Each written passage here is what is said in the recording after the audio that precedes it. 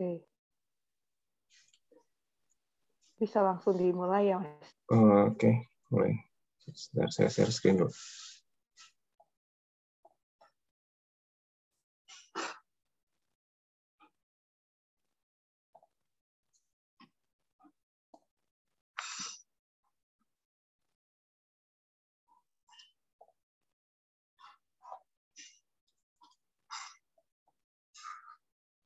Oke, Bismillahirrahmanirrahim. Assalamualaikum warahmatullahi wabarakatuh. Innal hamdalillah wassalatu wassalamu ala Rasulillah wa ala alihi wa ashabihi ajma'in. Allahumma ij'alna minal ladzina amanu wa amilus solihati wa tawassaw bil haqqi wa tawassaw bis sabr. Rabbi shrah li sadri wa yassir li amri wahlul 'uqdatam min lisani yafqahu qawli. Insyaallah pada pagi hari ini diberi amanah untuk sharing subuh Ramadan SSR yang juz 13. Ini temanya masih menyambung sama yang kemarin ya, Ustaz Hanif Acep mengenai surat Yusuf. Nah, kalau yang kemarin dibahas depannya, saya coba bahas yang di belakangnya. Ini kalau ya terakhirnya, ini saya sampai lupa bikin cover depannya, jadi langsung ke materi aja ya mungkin ya.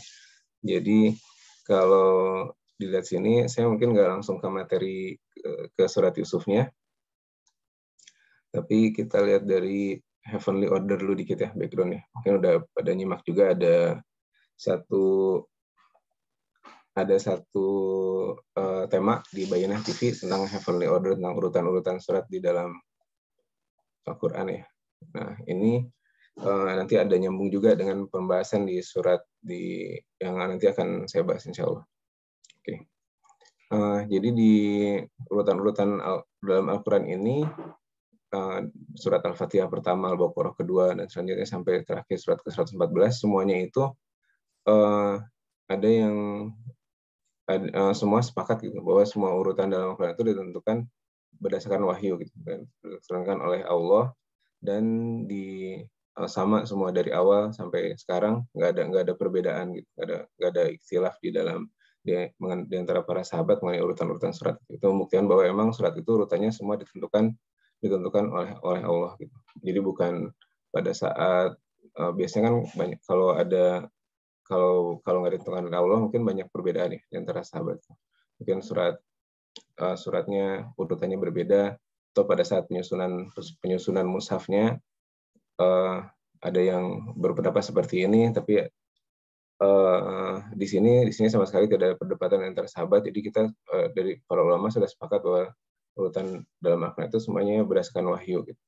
Nah, dari urutan-urutan tersebut kita bisa menemukan pasangan-pasangan surat. Nah, ada yang berdasarkan langsung diberi petunjuk oleh Rasulullah, ada berdasarkan hadis ya. Contoh yang Mu'awizatain itu kan ada keutamaannya di hadisnya. Bacalah Mu'awizatain di pagi dan sore, kan perlindungan.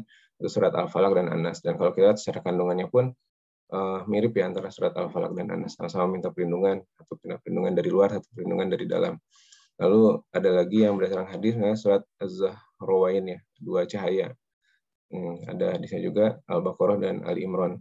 Kalau secara kandungan juga mirip gitu ya. Secara kandungan antara Al-Baqarah dan Ali Imran. Terus kayak misalnya yang surat Al-Baqarah itu bicara tentang Bani Israel, lalu Ali Imran bicara tentang Nasrani kan. Itu lanjutan daripada Al-Fatihah, ghairil maghdubi alaihim waladdallin. Lalu di situ Al-Baqarah itu penjelasan tentang pre-battle ya, tentang kisah sebelum perang Badar. Lalu di Al-Imran itu tentang post-battle, tentang perang Uhud. Lalu sama-sama diakhiri dengan doa yang sangat indah gitu ya. Bahkan di surat Al-Baqarah itu dua ayat terakhir itu diturunkan langsung oleh Allah di Sidratul Muntaha. Itu doa yang sangat indah sekali yang kita harus sering baca. Lalu di Ali Imran juga sama, ditutup dengan doa juga. Jadi dua-duanya mendekati gitu ya. Makanya disebut berpasangan, itu menurut Ustaz Muhammad Alikan ya. Nah, dan lalu ada juga yang analisa pasangan surat ini berdasarkan tema-tema. Ustaz Muhammad Alikan yang mencontohkan di surat Al-Isra, surat ke-17 dan surat ke-18. Al-Isra dengan Al-Kahf.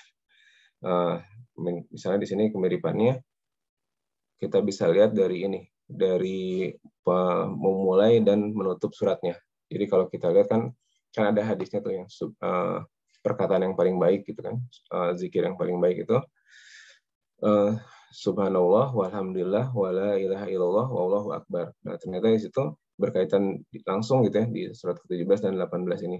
Surat Al-Isra itu dibuka dengan subhanallah, lalu ditutup subhanallah. Kalau Al-Kahfi dibuka dengan alhamdulillah. Jadi subhanallah walhamdulillah, lalu Al-Isra itu ditutup dengan akhirnya itu di surat Al-Kahfi ditutup dengan tentang tauhid gitu ya.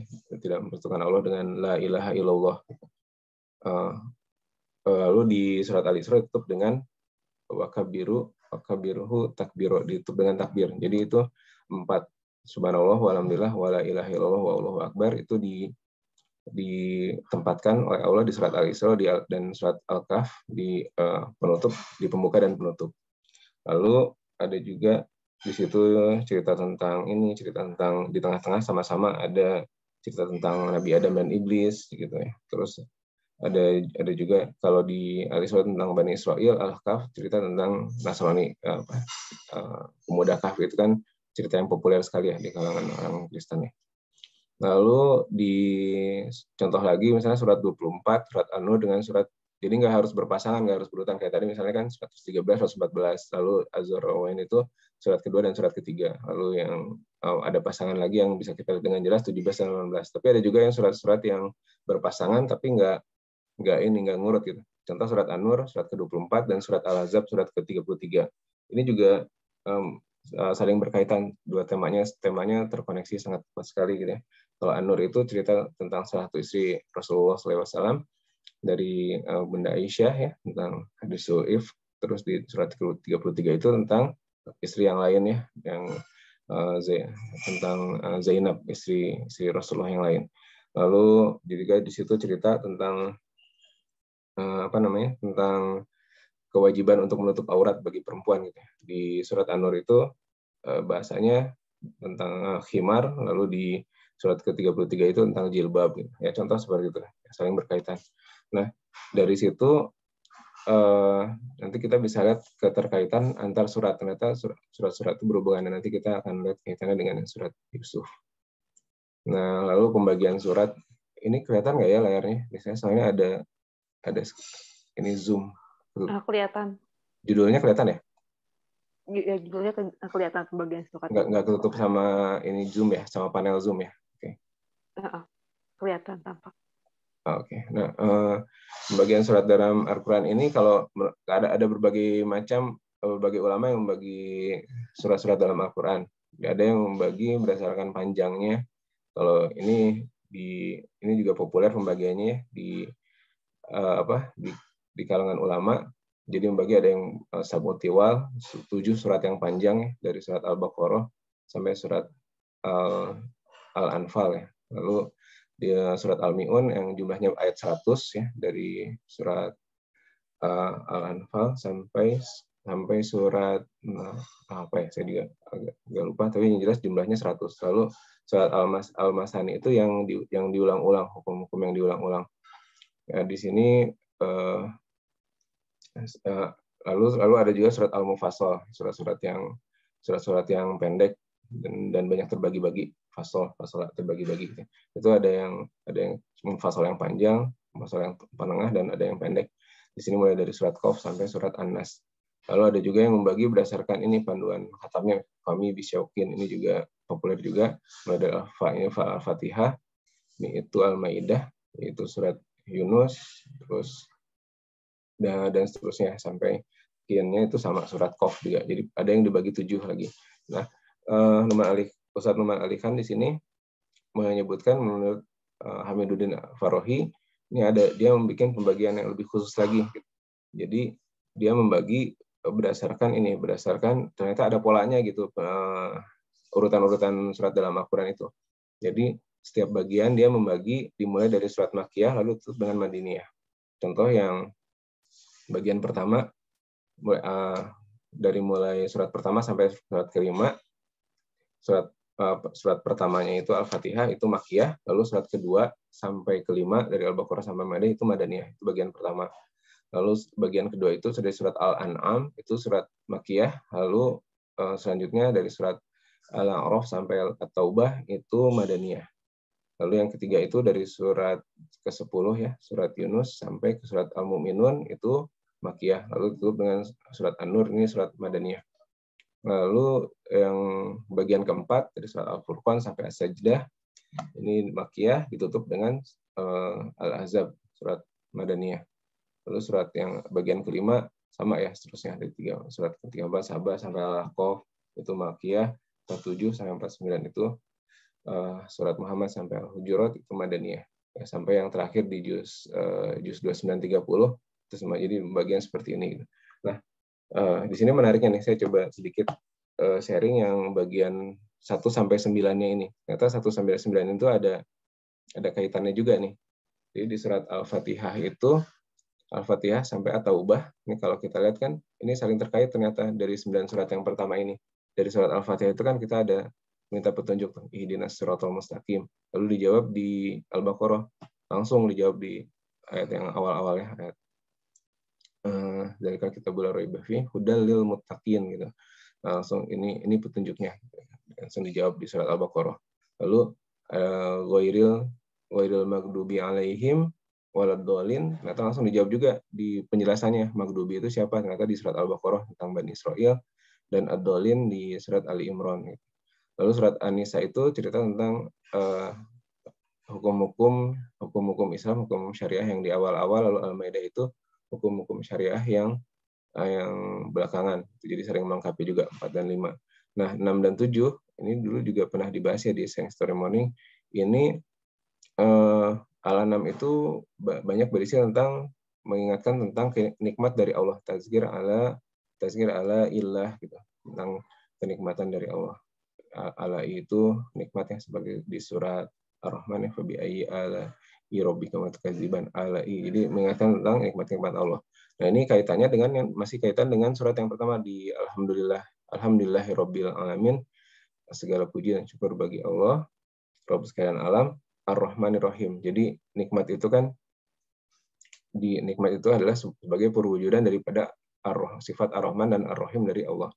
Lalu di surat Al-Alaq itu tazkir bi ayamillah. Tazkir bi ayamillah itu mengingatkan tentang ayat selanjutnya, jadi maliki yaumiddin. Jadi meskipun Allah itu memberikan nikmat yang sangat besar bagi kita gitu ya, sangat pengasih, sangat penyayang, tapi jangan lupa bahwa ada hari akhir gitu yang nanti akan diminta pertanggungjawabannya, dan Allah itu Maliki Yaumiddin, memiliki hari akhir gitu. Jadi nikmat-nikmat yang diberikan di surat Al-An'am diingatkan, jangan sampai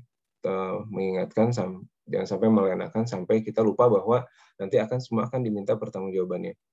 Lalu di surat Al-Anfal itu bercerita tentang kisah mulai dari perang Badar, Uhud dan Ahzab. Ini kalau kita lihat ini bisa dikaitkan dengan sirah Rasulullah ya, di mana bahwa orang-orang kafir itu sama seperti di kisah-kisah yang lain ya, kayak kisah Nabi Musa. Firaun itu diberi hukuman-hukuman yang kecil sebelum dikasih yang finalnya ditenggelamkan gitu ya. Nah, di surat Al-Anfal ini dikasih hukuman-hukuman yang kecil kepada orang Quraisy, dikasih kekalahan, gitu, kerugian gitu ya. Di surat perang Badar, perang Uhud juga bisa dikatakan begitu karena nggak berhasil mencapai kemenangan. Lalu di Ahzab juga, di perang Ahzab soal kaum kafir diberikan kekalahan dicicil gitu ya, dari yang kecil sampai di final punishment-nya di surat At-Taubah gitu. Ini udah dikasih peringatan, masih nggak mau ini lagi, akhirnya kasih surat At-Taubah sebagai final punishment. Makanya di surat itu nggak ada bacaan basmalahnya ya, karena itu menggambarkan bahwa Allah itu ini memberikan hukuman di situ gitu. Dan saling berkaitan. Jadi surat 8 dan 9 itu bisa kita sebut karena nggak ada basmalahnya itu satu pair gitu, 8 dan 9. Nah, kalau kita simpulkan juga 6 dan 7 itu summary dari makan sirah kalau Ustaz Numan Alikan bilang, dan surat 8 9 itu summary dari sirah di era Madaniyah, di zaman Madaniyah. Lalu setelah itu dari surat 9 ada berkaitan lagi nih, surat 10 dengan 11 pairing, 13 14 pairing, 15 16 pairing, 17 18 yang tadi udah dibahas ya, Al-Isra Al-Kahf itu pairing, 19 21 juga gitu. Nah, 12, nah cuman 12 ini kelewat nih. 12 ini surat Yusuf. Surat Yusuf itu pairingnya dengan yang mana gitu. Nah, kalau kita lihat di sini, ternyata ada kaitannya surat Yusuf itu ada dengan beberapa surat ya. Kalau kita lihat, ada yang pertama dengan surat Toha. Surat Toha itu surat Yusuf, dan surat Toha itu berkaitan sekali dengan kisah Nabi Yusuf dengan kisah Nabi Musa. Kemudian kalau terus ada surat Asy-Syu'ara, bukan Asy-Syu'ara ini, surat Al-Qasas. Udah. Ini gambar ya. Ini surat Al-Qasas yang mungkin saya revisi nanti. Surat Al-Qasas ini juga surat Al-Qasas ini juga cerita tentang Nabi Musa. Cuma Nabi Musa kalau surat Toha itu dari mulai menerima wahyu sampai berdakwah ke Firaun lalu berdakwah ke Bani Israil, dan di surat Al-Qasas ini dari mulai lahir sampai besar ya, sampai hijrah dan kembali lagi ke Mesir gitu. Nah, itu saling berkaitan, banyak kesamaan kemiripannya gitu ya antara surat Yusuf dengan surat 20 dan surat 28. Dan surat 28 dengan 40 juga ada kaitannya. Jadi kalau satu teman ini kan bilang di surat 12 itu bicara tentang Nabi Yusuf, surat 28 itu bicara tentang Nabi Musa, dan di surat 12 tambah 28 itu sama dengan 40 kan. Itu apa hitungannya gitu ya. Di 12 ditambah 28 40, dan di surat 40 surat Ghafir ternyata Nabi Yusuf disebut dalam kisah Nabi Musa gitu. Di surat ini surat Al-Qasas ayat 20 ya. Waja'a rajulun min aqsal Madinah yas'a qala ya Musa innal dan selanjutnya. Jadi ada ketika itu Nabi Musa ceritanya habis melakukan kesalahan, membunuh seorang Mesir, lalu setelah itu akhirnya ketahuan ya, singkat cerita ketahuan, lalu semua itu polisi-polisi Mesir itu bersepakat, kita tangkap Musa dan kita bunuh, nggak usah diadili ya. Karena sebenarnya mereka pun nggak senang dengan Nabi Musa, karena Nabi Musa itu kan keturunan bukan dari bangsa Mesir gitu, tapi dari bangsa Bani Israel yang kastanya pada saat itu budak gitu. Tapi bisa menikmati fasilitas di istana, diangkat sebagai anak raja, ya mereka karena statusnya di atas mereka gitu ya. Nah, ini kesempatan nih, mumpung Nabi Musa melakukan kesalahan membunuh, ayo kita bersepakat melakukan, nanti kita tangkap Nabi Musanya, lalu nggak usah pengadilan tapi langsung kita bunuh aja gitu. Nah, ternyata di antara petinggi-petinggi polisi itu ada satu orang yang ini sahabatnya Nabi Musa, ada yang baiknya juga gitu. Nah, dia langsung ngasih tahu ke Nabi Musa bahwa ini sesungguhnya penguasa negeri sedang berunding tentang kamu untuk membunuhmu. Itu sudah suruh hijrah lah, keluar dari kota ini. Nah, itu laki-laki itu wajah rajulun min aqsal Madinah, laki-laki itu ternyata muncul kembali tadi kan di surat Al-Qasas ayat 20. Muncul kembali di surat Ghafir ayat 28. Wa qala rajulun mu'minun min ali fir'aun yaktumu imanahu. Dan seorang laki-laki yang beriman di antara pengikut-pengikut Firaun yang menyembunyikan imannya berkata. Jadi pada saat itu Firaun sedang berkumpul dengan pembesar-pembesarnya. Jadi pada saat itu yang tadi laki-laki itu kan tadinya petinggi polisi, sekarang sudah dalam circle-nya Firaun gitu. Jadi Firaun minta pendapat dari pembesar-pembesarnya, gimana nih kasusnya ini tentang Musa ini gimana gitu. Akhirnya sebenarnya ada laki-laki beriman tapi dia masih menyembunyikan keimanannya, langsung dia membela Nabi Musa, jangan dibunuh gitu. Terus itu menjelaskan tentang tentang Islam gitu kan ya. Lalu di ayat ke-34-nya dia menyebut tentang Nabi Yusuf gitu. Laqad ja'akum Yusufu min qablu bil bayyinat. Sesungguhnya telah datang Yusuf kepadamu dan membawa keterangan-keterangan. Jadi di sini ada keterkaitan juga ya. Selain yang kemarin juga sempat dibahas antara kemiripan keterkaitan antara surat Yusuf dan surat Asy-Syu'ara. Nah, ada lagi yang menarik di sini yang surat Yusuf dengan surat Al-Fat. Nah, Al-Fat ini kaitannya dengan surat An-Nasr. Jadi kalau kita bahas yang Al-Fat dan An-Nasr dulu ya. Al-Fat dan An-Nasr itu berkaitan dari awalnya aja udah langsung kelihatan apa keterkaitannya. Di surat Al-Fath itu surat yang inna fatahna laka fatham mubina. Sesungguhnya kami telah memberikan kamu kemenangan yang nyata ya, fatham mubina Al-Fath. Lalu di ayat ketiganya wa yansurakallahu nasran aziz, dan supaya Allah menolongmu dengan pertolongan yang kuat dan banyak. Jadi di situ ada Al-Fath, Allah memberikan kemenangan yang nyata, wa yansurakallahu nasran aziz, dan pertolongan yang kuat. Nah, di sini background story-nya ketika perjanjian Hudaybiyah. Saat ini turun ketika perjanjian Hudaybiyah. Jadi surat perjanjian Hudaybiyah itu kalau melihat sekilas, dan bahkan bukan kita saja, para sahabat yang pada itu membersamai Rasulullah ke Hudaybiyah, saat itu merasakan bahwa wah, ini perjanjiannya merugikan banget nih gitu kan, merugikan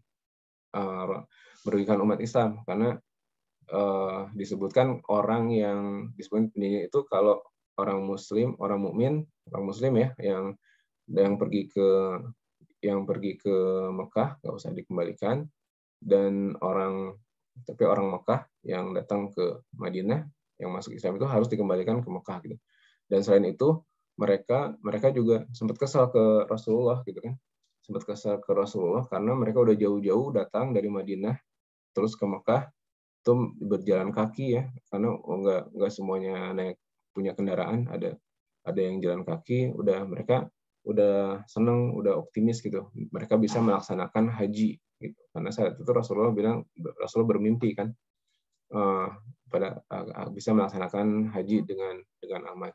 Mereka udah optimis datang ke sana, tapi ternyata ketika sampai di Mekah mereka gagal melaksanakan haji gitu, dan mereka anggapnya wah ini rugi gitu. Kenapa Rasulullah mau gitu menandatangani perjanjian yang merugikan seperti itu. Akhirnya mereka kesal sama Rasulullah, sampai Rasulullah perintahnya nggak didengerin, disuruh disembelih hewan kurbannya disembelih, nggak ada yang menyembelih. Sampai akhirnya Rasulullah sendiri mencontohkan, baru mereka mengikuti menyembelih hewan kurban dan mencukur rambutnya. Nah, di situ Allah menurunkan inna fatahna laka fatham mubina. Jadi ternyata dalam pandangan sahabat Rasulullah, bahkan yang circle terdekatnya ya Abu Bakar, Umar, itu ini merugikan gitu ya, ini tidak menguntungkan. Tapi kata Allah adalah bahwa itu adalah kemenangan yang nyata. Dan ternyata benar, itu efek domino ya kalau disebut saat memenangkan itu. Setelah perjanjian Hudaybiyah itu baru turun pertolongan Allah selanjutnya yang yang tidak disangka-sangka gitu. Karena kalau kita lihat, meskipun pada saat itu mereka gagal berhaji dan harus kembali dengan tangan kosong, tapi ternyata kabilah-kabilah lain di Arab, dia melihat situasinya ternyata jadi melek gitu matanya. Wah, ini kan bangsa orang Muslim yang dulu diusir lalu ditindas di Mekah, akhirnya mereka pindah ke Madinah, dan di Madinah pun dicoba diperangi orang kafir Quraisy. Mekah datang ke Madinah, datang ke Madinah untuk berperang, membunuh, menghabiskan orang-orang Muslim. Jadi harusnya orang Muslim itu kan dalam kondisi lemah, tapi ternyata mereka bisa pergi ke Madinah, bahkan melakukan perjanjian gitu. Kalau dalam kondisi sekarang mungkin kita disebutnya pemberontak atau radikal gitu, atau teroris bahkan ya. Nah, biasanya kan pemerintah itu tidak bernegosiasi dengan teroris, dengan orang-orang radikal gitu kan. Nah, kalau sampai bernegosiasi gitu, misalnya ada gerakan yang ingin merdeka misalnya, gerakan yang pemberontak gitu, tapi ternyata pemerintah bernegosiasi, bahwa berarti di situ sudah dianggap bahwa dia diakui gitu keberadaannya. Nah, di sini kaum muslimin pun sudah dalam kondisi dianggap oleh kabilah-kabilah yang lain itu sudah diakui, oh ini berarti ini ada sesuatu nih, ada apa nih dengan muslimin. Akhirnya mereka banyak yang tertarik. Ternyata Quraisy pun sekarang nggak berani melakukan apa-apa nih, bahkan menandatangani perjanjian damai gitu kan. Akhirnya mereka berdatangan pengen tahu tentang Islam, akhirnya menyatakan masuk Islam, lalu satu persatu kabilah itu masuk Islam, sehingga kekuatannya bertambah kuat ya, sehingga nanti pada saat akhirnya Futuh Makkah itu luar biasa, banyak sekali rombongannya. Nah, itu awalnya dari Hudaybiyah, lalu Allah menurunkan pertolongan yang lain yang kuat dan banyak gitu, kalau diartikan Nasran Aziza. Nah, lalu apa kaitannya dengan surat Yusuf di sini? Nah, ternyata surat Yusuf dengan Al-Fath ini ada kaitan antara kehidupannya Rasulullah dengan Nabi Yusuf alaihissalam dengan Rasulullah SAW. Ini di surat An-Nasr-nya juga di sini kalau dari kata-katanya langsung ya di ayat pertama, iza jaa nasrullahi wal fath. Di situ apabila telah datang pertolongan Allah dan kemenangan. Sama kata-katanya, nasr, pertolongan, wal fath. Gitu. Di atasnya juga sama ada fathah mubina sama nasron aziza. Jadi dua-duanya ini terkait ya al-fath dengan an-nasr. Kemenangan dan pertolongan. Gitu. Jadi yang kalau di al-fath kemenangannya dulu, lalu pertolongannya nyusul, pertolongannya berdatangan. Kalau di surat An-Nasr, pertolongan hingga akhirnya mencapai kemenangannya dengan pertolongan Allah. Nah, sekarang langsung masuk ke materi. Jadi terkait dengan kaitannya antara kehidupannya Rasulullah dengan Nabi Yusuf alaihissalam. Surat Yusuf ini diturunkan pada tahun-tahun kesedihan ya. Di situ Rasulullah banyak mendapatkan musibah sehingga disebutnya tahun-tahun kesedihan Amul Hazan. Pamannya meninggal, istrinya meninggal juga gitu. Terus selain itu diboikot oleh kafir Quraisy sehingga sempat di cerita itu tinggal di gua makannya kekurangan makanan gitu kan. Apa makannya dedaunan kayak gitu ya. Pokoknya dalam kondisi yang sedih lah, kondisi yang parah gitu. Di situ diturunkan surat Yusuf gitu untuk menghibur Rasulullah, diberikan kisah Yusuf. Nah, kalau dari struktur suratnya ayat 1 sampai 101 kemarin udah dibahas ya, cerita tentang Nabi Yusuf. Nah selesai ayat 101, di ayat yang 102-nya ini langsung beralih topiknya. Allah berbicara kepada Rasulullah gitu. Itu kalau kita lihat ayatnya di ayat yang ke 101 kan Nabi Yusuf ya, tentang rasa syukurnya Nabi Yusuf ya. Rabbi qad ataitani minal mulki wa 'allamtani min ta'wil ahadits fatiris samawati wal ard anta wali fid dunya wal akhirah tawaffani musliman wa walhiqni bis sholihin. Udah. Jadi Nabi Yusuf di surat ke 100 di ayat yang ke 101 itu bersyukur lalu berdoa kepada Allah. Lalu di ayat selanjutnya langsung Allah itu berbalik ke Nabi Muhammad langsung. Zalika min amba'il ghaibi nuhihi ilaik wa ma kunta ladaihim iz ajma'u amrahum wa hum yamkurun. Itulah sebagian berita gaib yang kami wahyukan ilaik kepadamu Muhammad. Padahal engkau tidak berada di samping mereka ketika mereka bersepakat melakukan tipu daya. Jadi langsung ayat 102 sampai penutupnya 111 itu tentang bicara kepada Rasulullah ya. Jadi tentang tidak meminta bagaikan manusia tidak beriman meskipun Rasulullah sangat menginginkan, lalu tidak minta imbalan, lalu berkuat lagi kepada Rasulullah tentang ayat-ayatnya. Jadi yang 108 ini yang kuat juga. 108 ini kul hazihi sabili ad'u ila Allah. Jadi memperkuat perintah kepada Rasulullah untuk ayo lebih ini lagi dalam berdakwah gitu ya. Jadi benar-benar surat ini diturunkan selain menceritakan tentang Nabi Yusuf juga tentang langsung berbicara kepada Allah, itu berbicara kepada Rasulullah. Terus dari sisi backgroundnya itu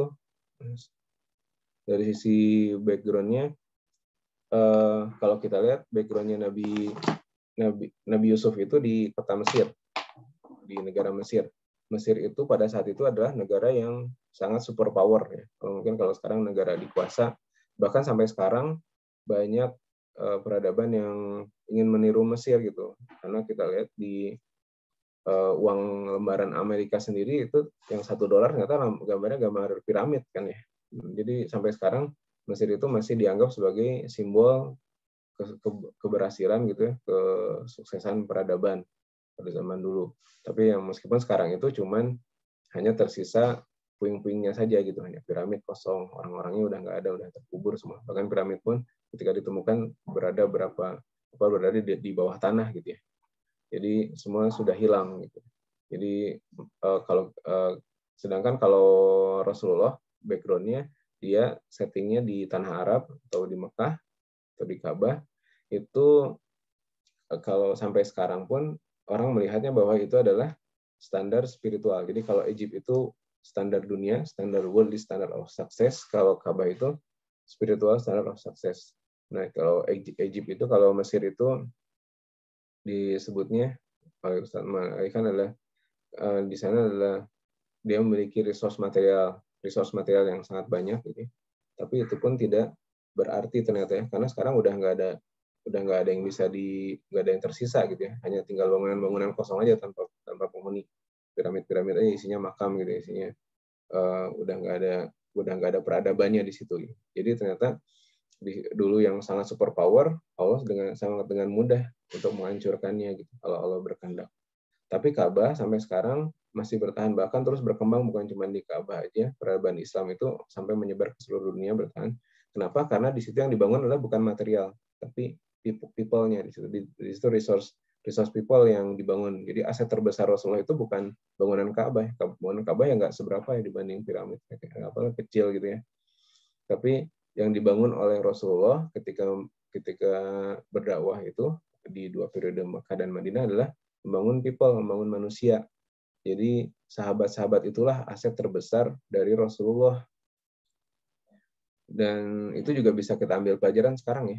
Jadi kalau kita sibuk membangun infrastruktur fisik gitu ya, kita melupakan pembangunan manusia, ya bisa ditebak nanti akhirnya seperti apa gitu. Jadi yang lebih penting sekarang pembangunan pun harusnya kita lebih berfokus kepada pembangunan manusianya gitu. Itu yang kadang kita lupakan ya. Lalu secara karakter itu Nabi Yusuf itu punya kelebihan takwilil ahadits gitu ya, mengerti perkataan. Jadi situ bukan hanya mimpi saja, kalau dibahas di lecture-nya bukan hanya mimpi saja, tapi perkataan-perkataan orang. Nabi Yusuf alaihissalam itu dia mengerti ini apa nih maksudnya nih, orang seperti ini ada maksud apa di balik perkataannya. Karena dari kecil memang sudah dididik di lingkungan, bisa dikatakan istana ya, di lingkungan politik. Karena dia tinggal di Al-Aziz, di rumahnya Al-Aziz, dia setiap hari ada orang berdatangan untuk konsultasi politik. Akhirnya dia mengerti semua, dan di samping itu dia mengerti tingkat tinggi yang tamu-tamunya Al-Aziz kan bicara politik tingkat tinggi, dia ngerti. Tapi dia juga, karena dia sebenarnya statusnya itu budak gitu ya, statusnya budak, dia bergaul juga dengan kalangan bawah ya. Bergaul dengan kalangan bawah setiap hari. Mungkin kalau kita main ke dapur, ngobrol sama pembantu gitu ya, terus ngobrol sama tukang kebun gitu, jadi ngerti juga. Jadi selain dia ngerti yang tingkat tinggi, dia ngerti juga kondisi rakyat gitu, kondisi kalangan bawah seperti apa. Nah itu yang dimiliki oleh Nabi Yusuf, dia mengerti ta'wilil ahadits gitu ya, memiliki kemampuan yang khusus spesial untuk memahami perkataan gitu. Jadi kalau secara mukjizat ya bisa jadi Allah menurunkan kemampuan tersebut khusus kepada Nabi Yusuf ya, dengan cara Allah sendiri gitu ya. Allah menurunkan langsung gitu kemampuan itu. Tapi kalau secara logika pun masuk gitu. Itu bukan langsung diturunkan, langsung begitu lahir memiliki kemampuan itu, tapi dengan proses yang logis, yang natural, karena sehari-hari hidupnya seperti itu, akhirnya dia memiliki kemampuan untuk mengerti. Dan kalau di situ Nabi Yusuf ya, kalau Nabi Musa dia punya kemampuan, disebutnya ability to be understood. Jadi perkataannya Nabi Musa itu gampang dipahami ya, sesuai dengan doanya Rabbi shrah li sadri wa yassir li amri wahlul 'uqdatam min lisani yafqahu qawli gitu. Jadi perjelas ya perkataanku ini agar mudah dimengerti. Dan itu juga ada kisahnya banyak sekali di Al-Qur'an, perdebatan antara Nabi Musa dan Firaun. Itu logikanya gitu, cara debatnya itu adalah salah satu yang powerful ya di Al-Quran gitu, perdebatannya Nabi Musa ya, bukan yang paling powerful. Jadi Nabi Yusuf itu punya ability untuk mengerti, ability to understand. Nabi Musa ability to be understood. Nah kalau Rasulullah gimana? Nah ini kelihatan kita sudah tahu semua ya jawabannya. Rasulullah itu memiliki keduanya. Dia memiliki kemampuan untuk mengerti perkataan orang, dan dia juga memiliki kemampuan untuk untuk perkataannya itu sangat jelas dimengerti. Jadi kalau kita lihat dari hadis-hadis yang diturunkan sampai sekarang, kita Masya Allah ya, perkataan beliau itu singkat, padat, tapi maknanya dalam gitu. Itu salah satu kemampuan Rasulullah SAW yang kalau kita bisa bilang itu adalah kombinasi dari karakter Nabi Yusuf dan Nabi Musa. Gitu. Itu kira-kira background-nya. Lalu apa saja kaitannya antara Nabi Yusuf dan Rasulullah SAW? Nah, ini yang pertama dari sisi ini, dari mimpi ya, dari mimpi. Jadi Nabi Yusuf bermimpi tentang ini ya, tentang di ayat yang awal-awal ya, di ayat yang keempat ya, itu qala Yusuf li abihi ya abati inni ra'aitu ahada asyara kaukaban wasyamsa wal qamar ra'aituhum li sajidin. Dia bermimpi melihat ada 11 bintang, lalu matahari dan bulan bersujud kepadaku katanya. Nah, itu Nabi Yusuf bermimpi dan di akhir cerita itu mimpinya itu terwujud gitu.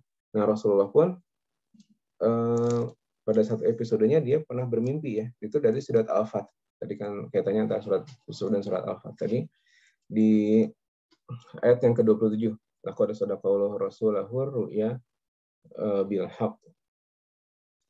Sungguhnya Allah akan membuktikan kepada Rasulnya SAW tentang kebenaran mimpinya. Gitu.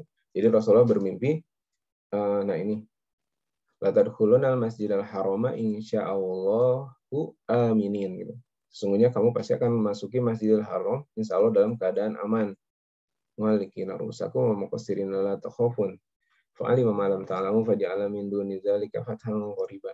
Nah, di situ Rasulullah bermimpi memasuki Masjidil Haram, artinya kalau mencukur rambut dan mengunting itu kan salah satu rukun haji ya, berarti akan melakukan haji dalam kondisi yang aman ke Masjidil Haram. Sedangkan pada saat itu Masjidil Haram atau kota Mekah sedang dikuasai oleh kafir Quraisy. Jadi di situ Rasulullah diberi mimpi bahwa dia dan sahabat-sahabatnya, Rasulullah SAW dan sahabat-sahabatnya akan bisa mendapatkan kemenangan ya, fathang qariba. Nah, jadi dua-duanya sama bermimpi dan terakhir mimpinya terwujud. Itu sama-sama di situ. Dan kata-katanya di sini di surat Yusuf ayat ke-99, falam adkhulu ala Yusufa awa ilaihi abawaihi wa qala dkhulu Misra insyaallahu aminin. Nah, itu ketika bapak ibunya diundang kan, disuruh bawa pada saudaranya bawa bapaknya ke kota Mesir. Nah, dia bilang insyaallahu aminin, masuklah insya Allah dalam keadaan aman. Jadi dia memberi jaminan keamanan kepada saudara-saudaranya. Nah, ini juga kata-katanya mirip nih yang saya kasih warna merah di sini. Latar kulana Masjidil Harama insyaallahu aminin, masuk dalam kondisi aman. Jadi sama-sama. Cuman bedanya kalau di surat Rasulullah itu di surat Al-Fat, Rasulullah yang masuk secara aman ke kota Makkah. Kalau di surat Yusuf, Nabi Yusuf yang memberikan jaminan keamanan kepada saudara-saudaranya untuk memasuki Mesir, negeri yang dia berkuasa atasnya gitu ya. Nah, ini juga buat sahabat-sahabatnya penjelasan gitu ya, bahwa mereka itu kenapa pada saat yang pertama Hudaybiyah itu harus balik lagi, karena janji Allah atau mimpinya Rasulullah itu masuk ke dalam Masjidil Haram itu dalam kondisi yang aman. Jadi pada saat Hudaybiyah itu kan kondisinya belum sepenuhnya aman ya. Jadi itu berarti belum saatnya waktu mimpi Rasulullah terwujud. Makanya mereka harus kembali lagi gitu. Itu ada jawabannya di surat Al-Fat.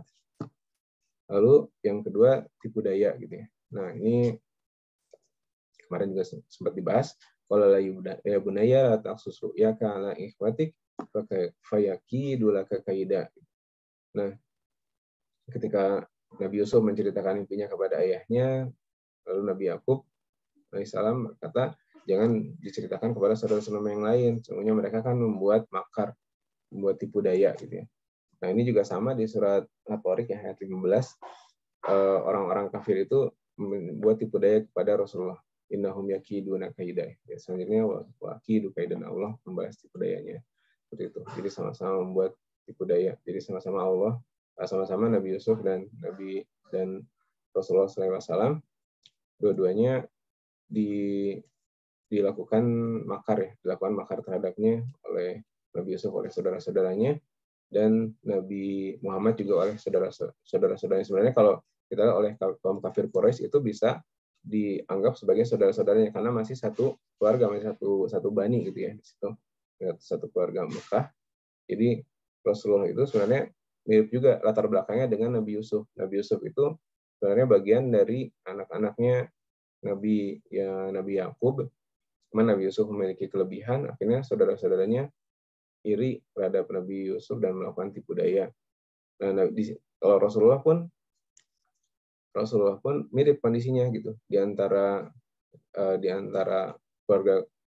keluarganya, di antara kaum Quraisy, beliau itu menonjol gitu ya. Dan ketika beliau menyampaikan dakwah Islam, saudara-saudaranya langsung timbul semua perasaan-perasaan hasad, dengki, dan tipu daya seperti itu. Jadi kondisi latar belakangnya antara Nabi Yusuf dan Rasulullah pun sama gitu, dengan berkaitan dengan saudara-saudaranya. Terus di ayat yang lain, apa yang mirip lagi di surat Yusuf ayat 14, ini ceritanya ketika minta izin, saudara-saudara minta izin untuk membawa Yusuf bermain, membawa Yusuf ikut bersama mereka. Lalu Nabi Yakub khawatir, nanti gimana kalau kalian nggak bisa jaganya, nanti gimana kalau dimakan serigala gitu kan. Itu saudara-saudaranya berkata, qalu lain akalahu dzi'bu wa nahnu usbah. Jika ia benar-benar dimakan serigala sedang kami golongan yang kuat, gitu kan. Inna izal la khasirun, semuanya demikian. Kalau demikian kami adalah orang-orang yang merugi. Ini bisa diartikan dua juga ya. Ini wa nahnu usbah ini dia kan kayak sombong gitu ya, membanggakan asobiahnya, golongannya kami ini golongan yang kuat ini bisa bermakna ganda juga dari lidahnya mereka gitu ya. Kalau yang pertama, bagaimana mungkin Yusuf dimakan serigala sedangkan kami ini adalah golongan yang kuat gitu. Maksudnya kami bisa menjaga Yusuf, nggak mungkin lah dimakan sama serigala gitu. Tapi bisa juga bermakna ganda. Makna yang kedua, ngapain buat apa serigala yang makan Yusuf? Kami ini golongan yang kuat, kami sendiri yang bisa menyerahkan Yusuf, nggak perlu serigala gitu kalau untuk menyerahkan Yusuf. Nah, seperti itu. Kalau emang Yusuf celaka, nggak perlu sama serigala, sama kami juga. Wa nahnu usbah. Jadi di situ asobiah. Ini mirip kata-kata usbah ini dengan hamiyah di surat Al-Fath ayat 26. Iz ja'alal ladzina kafaru fi qulubihimul hamiyatal jahiliyah.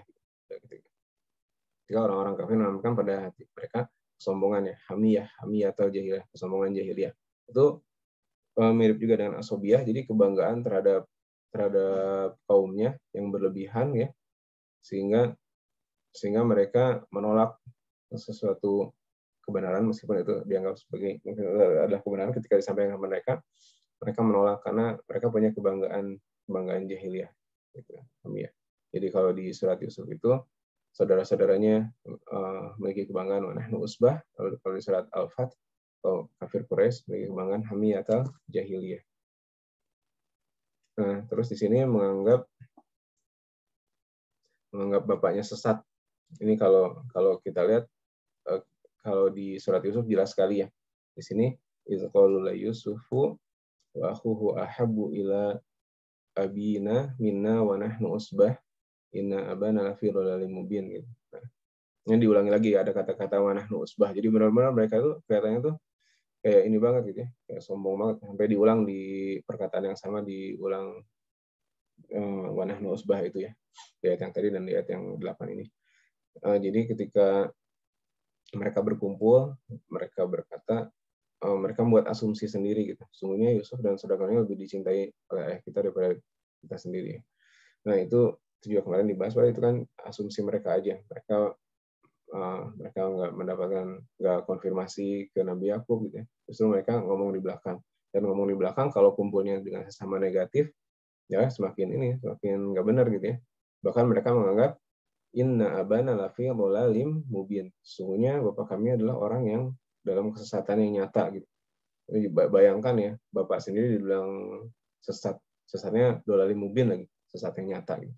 Bahkan bukan bapaknya aja, itu sebenarnya seharusnya kan nabi ya, nah ya apa? Yakub alaihissalam itu kan seorang nabi itu bapaknya sendiri seorang nabi dibilang lafi dhalalim mubin gitu. Itu saking gelap matanya. Hanya karena kedengkian itu. Mereka berasumsi Nabi Yusuf dan saudaranya lebih dicintai, lalu mereka dengki sampai mereka menganggap sesat bapaknya sesat. Nah, itu diulangi lagi di ayat ke-95. Nah, ini kalau tadi yang di ayat ke-8 itu dibicarakan oleh saudara-saudara Nabi Yusuf, di surat 95 ini oleh keluarganya. Jadi saudara-saudara itu sekarang posisinya lagi ada di Mesir, lalu keluarga-keluarganya tinggal bersama Nabi Yakub. Nabi Yakub itu dikata-katai juga sama keluarganya, artinya si saudara-saudara Nabi Yusuf ini dia bukan hanya dia sendiri yang menganggap bapaknya sesat, tapi karena itu sudah mengakar sekali ya, mungkin di sehari-harinya sudah terbiasa seperti itu, berlaku kasar kepada Nabi Yakub. Akhirnya itu perilaku itu kan diamati, apalagi kalau tinggal serumah, akhirnya perilaku toksik di keluarga itu diturunkan juga. Akhirnya keluarganya, meskipun bapak-bapaknya lagi nggak ada, lagi di Mesir, mereka tetap mengata-ngatai Nabi Yakub. Jadi Nabi Yakub waktu itu sudah merasakan, dia diberi karunia oleh Allah, bisa merasakan baunya Nabi Yusuf ketika bajunya itu mau dikirim ke rumahnya gitu ya. Lalu dia bilang, wah aku mencium bau Yusuf, kata Nabi Yakub itu. Tapi keluarganya bilang, qalu tallahi innaka lafi dhalalim mubin gitu. Tallahi itu sumpah, tapi dia bukan, kan ada bersumpah itu bisa wallahi, bisa tallahi. Kalau tallahi ini spesial. Kalau dengan bersumpah dengan wa itu bisa bukan hanya kepada Allah, bisa kepada benda ya, kayak di surah Al-Qur'an juga wadduha, terus wal asr gitu, bersumpah dengan benda, bersumpah dengan wasyamsi wadduha dan sebagainya. Tapi kalau ta itu khusus kepada Allah. Tallahi, demi Allah, dan tallahi itu dibarengi dengan satu emosi. Jadi kalau kita baca ini, qalu tallahi innaka lafi dhalalikal qadim gitu. Sungguhnya engkau berada dalam kekeliruanmu yang dahulu. Jadi kamu nih dari dulu sampai sekarang masih sesat aja gitu ya. Jadi bayangin ke orang tua gitu ya. Bahkan kalau bilang keluarga kan nggak terbatas, mungkin istrinya, ini anaknya, mengatakan kepada mertuanya atau kepada kakeknya, sungguhnya kamu dalam kesesatan nih, kamu dari dulu sampai sekarang, kan Al-Qadim ya, berarti dari dulu sampai sekarang nggak berubah ya, masih aja nyariin Yusuf, udah tahu Yusuf udah nggak ada,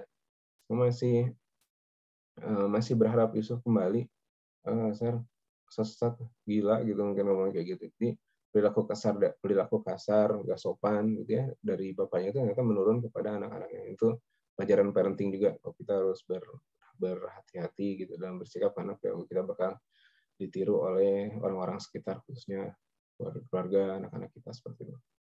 Nah, apa kaitannya dengan Rasulullah SAW? Rasulullah sendiri ketika berdakwah itu sebenarnya yang dia dakwahkan adalah legasi dari bapaknya.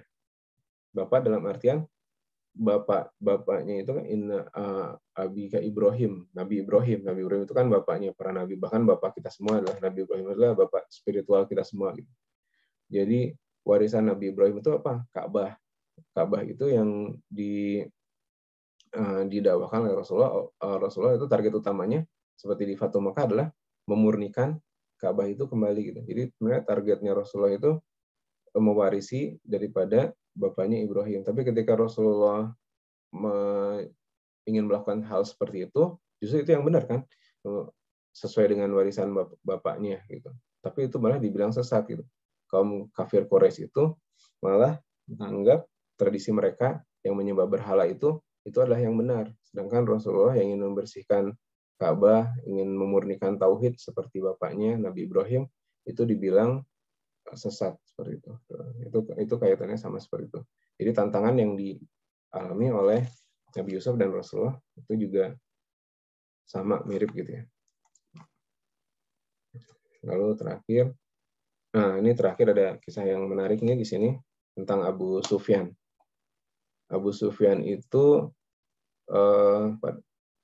salah satu petinggi Quraisy ya, dan pada saat Fatuh Mekah atau Hudaybiyah dan Fatuh Mekah, yaitu sebagai, jadi kan ada 3 Abu itu yang di sejarah Rasulullah, yang Abu Jahal, Abu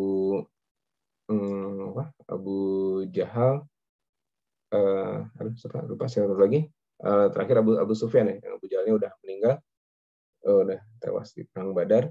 Lalu terakhir Abu Sufyan nih yang masih hidup, dan akhirnya Abu Sufyan ini masuk Islam kan.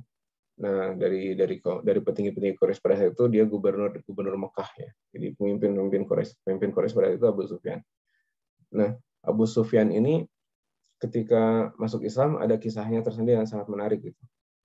Ketika itu Abu Sufyan datang ketika pasukan Rasulullah datang ke kota Mekah untuk melakukan Futuh Mekah. Di situ kan mereka berkemah di satu tempat di luar kota dan melihat ini rombongannya banyak, lalu ketika malam menyalakan api, ini udah kayak rombongan apa nih gitu ya, udah seakan-akan negeri Mekah ini udah dikepung. Akhirnya Abu Sufyan pengen berdialog, pengen bernegosiasi dengan Rasulullah gitu. Nah, tapi Rasulullah nggak mau gitu. Itu ada di sirahnya. Akhirnya sampai Nabi Abu Sufyan itu datang, ketika datang ke sana itu membawa anaknya, dia bilang, wah kalau nggak mau bertemu, saya akan, jadi dia datang membawa anaknya, saya akan membawa anak ini ke padang pasir, lalu biarkan kami mati kelaparan di sana. Jadi dia minta belas kasihan untuk bisa bertemu Rasulullah, untuk bisa bernegosiasi. Nah, ini kondisinya mirip dengan pada saat itu di saudara-saudaranya Yusuf alaihissalam, mereka minta belas kasihan kepada Nabi Yusuf supaya Bunyamin itu jangan supaya adiknya itu jangan ditahan, karena ini akan membuat bapaknya sedih gitu ya. Jadi mereka, qalu ya ayyuhal aziz innalahu aban syaikhan kabiron gitu. Sesungguhnya bapak kami itu udah lanjut usianya, udah tua banget gitu. Fokus ahadana maka nahu. Alhamdulillah salah seorang dari antara kami sebagai gantinya. Inna naraka minal muhsinin. Jadi padahal mereka kan sehari-hari mereka berlaku kasar dengan bapaknya, tapi demi mendapatkan belas kasihan dari Nabi Yusuf, dilakukan segala cara sampai dia menjual nama bapaknya. Tolonglah, bapak kami ini udah tua sekali, ini kami takut jadi apa-apa gitu. Tapi di situ, dan jawaban Rasulullah ketika menghadapi Abu Sufyan maupun jawaban Nabi Yusuf ketika menghadapi permintaan saudara-saudaranya pun sama di situ. Jadi ternyata Rasulullah mengambil pelajaran dari situ. Jadi ada saatnya ketika kita ini, Rasulullah kan kita hatinya sangat lembut ya. Artinya kita tahu sendiri sangat lembut sekali. Ketika di Abu Sufyan berkata seperti itu, dia tetap gitu. Ada saatnya ketika permintaan itu nggak harus diterima, harus ditolak gitu ya. Karena sebagai salah satu juga untuk memberi pelajaran. Nah, Nabi Yusuf pun sama, nggak bisa hukumnya seperti ini gitu. Harus Bunyamin yang ditahan. Lalu Abu Sufyan juga ketika masuk Islam dia bersyair ya di sini. Ini ada di Sirah Nabawiyah dari Ibnu Hisham. Cuman saya cari PDF-nya, ternyata di yang bahasa Indonesia diterjemahnya syair ini nggak ada, tapi kalau di versi bahasa Arab ada gitu. Di sini ada nih, hadin wa nafsi wa nalani wa wahi antaratu kulla mutarodi. Ini ketika dia diberi petunjuk dari diriku bersama Allah, tapi dia mengabaikan petunjuk tersebut. Terus dan selanjutnya terus asudu ana jahadan min Muhammadin, jadi berusaha menghalang-halangi dakwahnya Muhammad. Wa ad'u wa ud'a wa ilam an tasib min Muhammad. Jadi Nabi Muhammad itu sudah dia ketika di syairnya itu dia berkata bahwa dia sudah pernah diajak oleh Nabi Muhammad untuk masuk Islam gitu kan. Tapi dia itu terpengaruh oleh kaumnya. Dia bilang hum man lam yakul bihawahum gitu. Nah, ya begitulah mereka gitu. Mereka itu hanya mengikuti hawa nafsu mereka. Wa in kana za ru'ya yulam wa yufannadi. Nah, ini yang menarik nih, di sini ada kata-kata Nabi Abu Sufyan itu berkata kepada mereka tentang saudara-saudaranya itu, orang-orang saudara-saudaranya orang Quraisy itu atau kaumnya, bahkan dia sendiri, bahwa mereka itu adalah kaum Quraisy itu orang yang sangat keras kepala gitu. Bahkan ketika datang peringatan dari Zaroi, jadi yang orang yang memiliki penglihatan atau memiliki visi, dalam hal ini Nabi Rasulullah SAW mengajak kepada kebaikan, mengajak kepada Islam, dilecehkan ya, ditolak ya, yulam wa yufan nadi, dan dianggapnya gila gitu, dianggap gila, wa yufan nadi. Nah, ini mirip dengan perkataan dari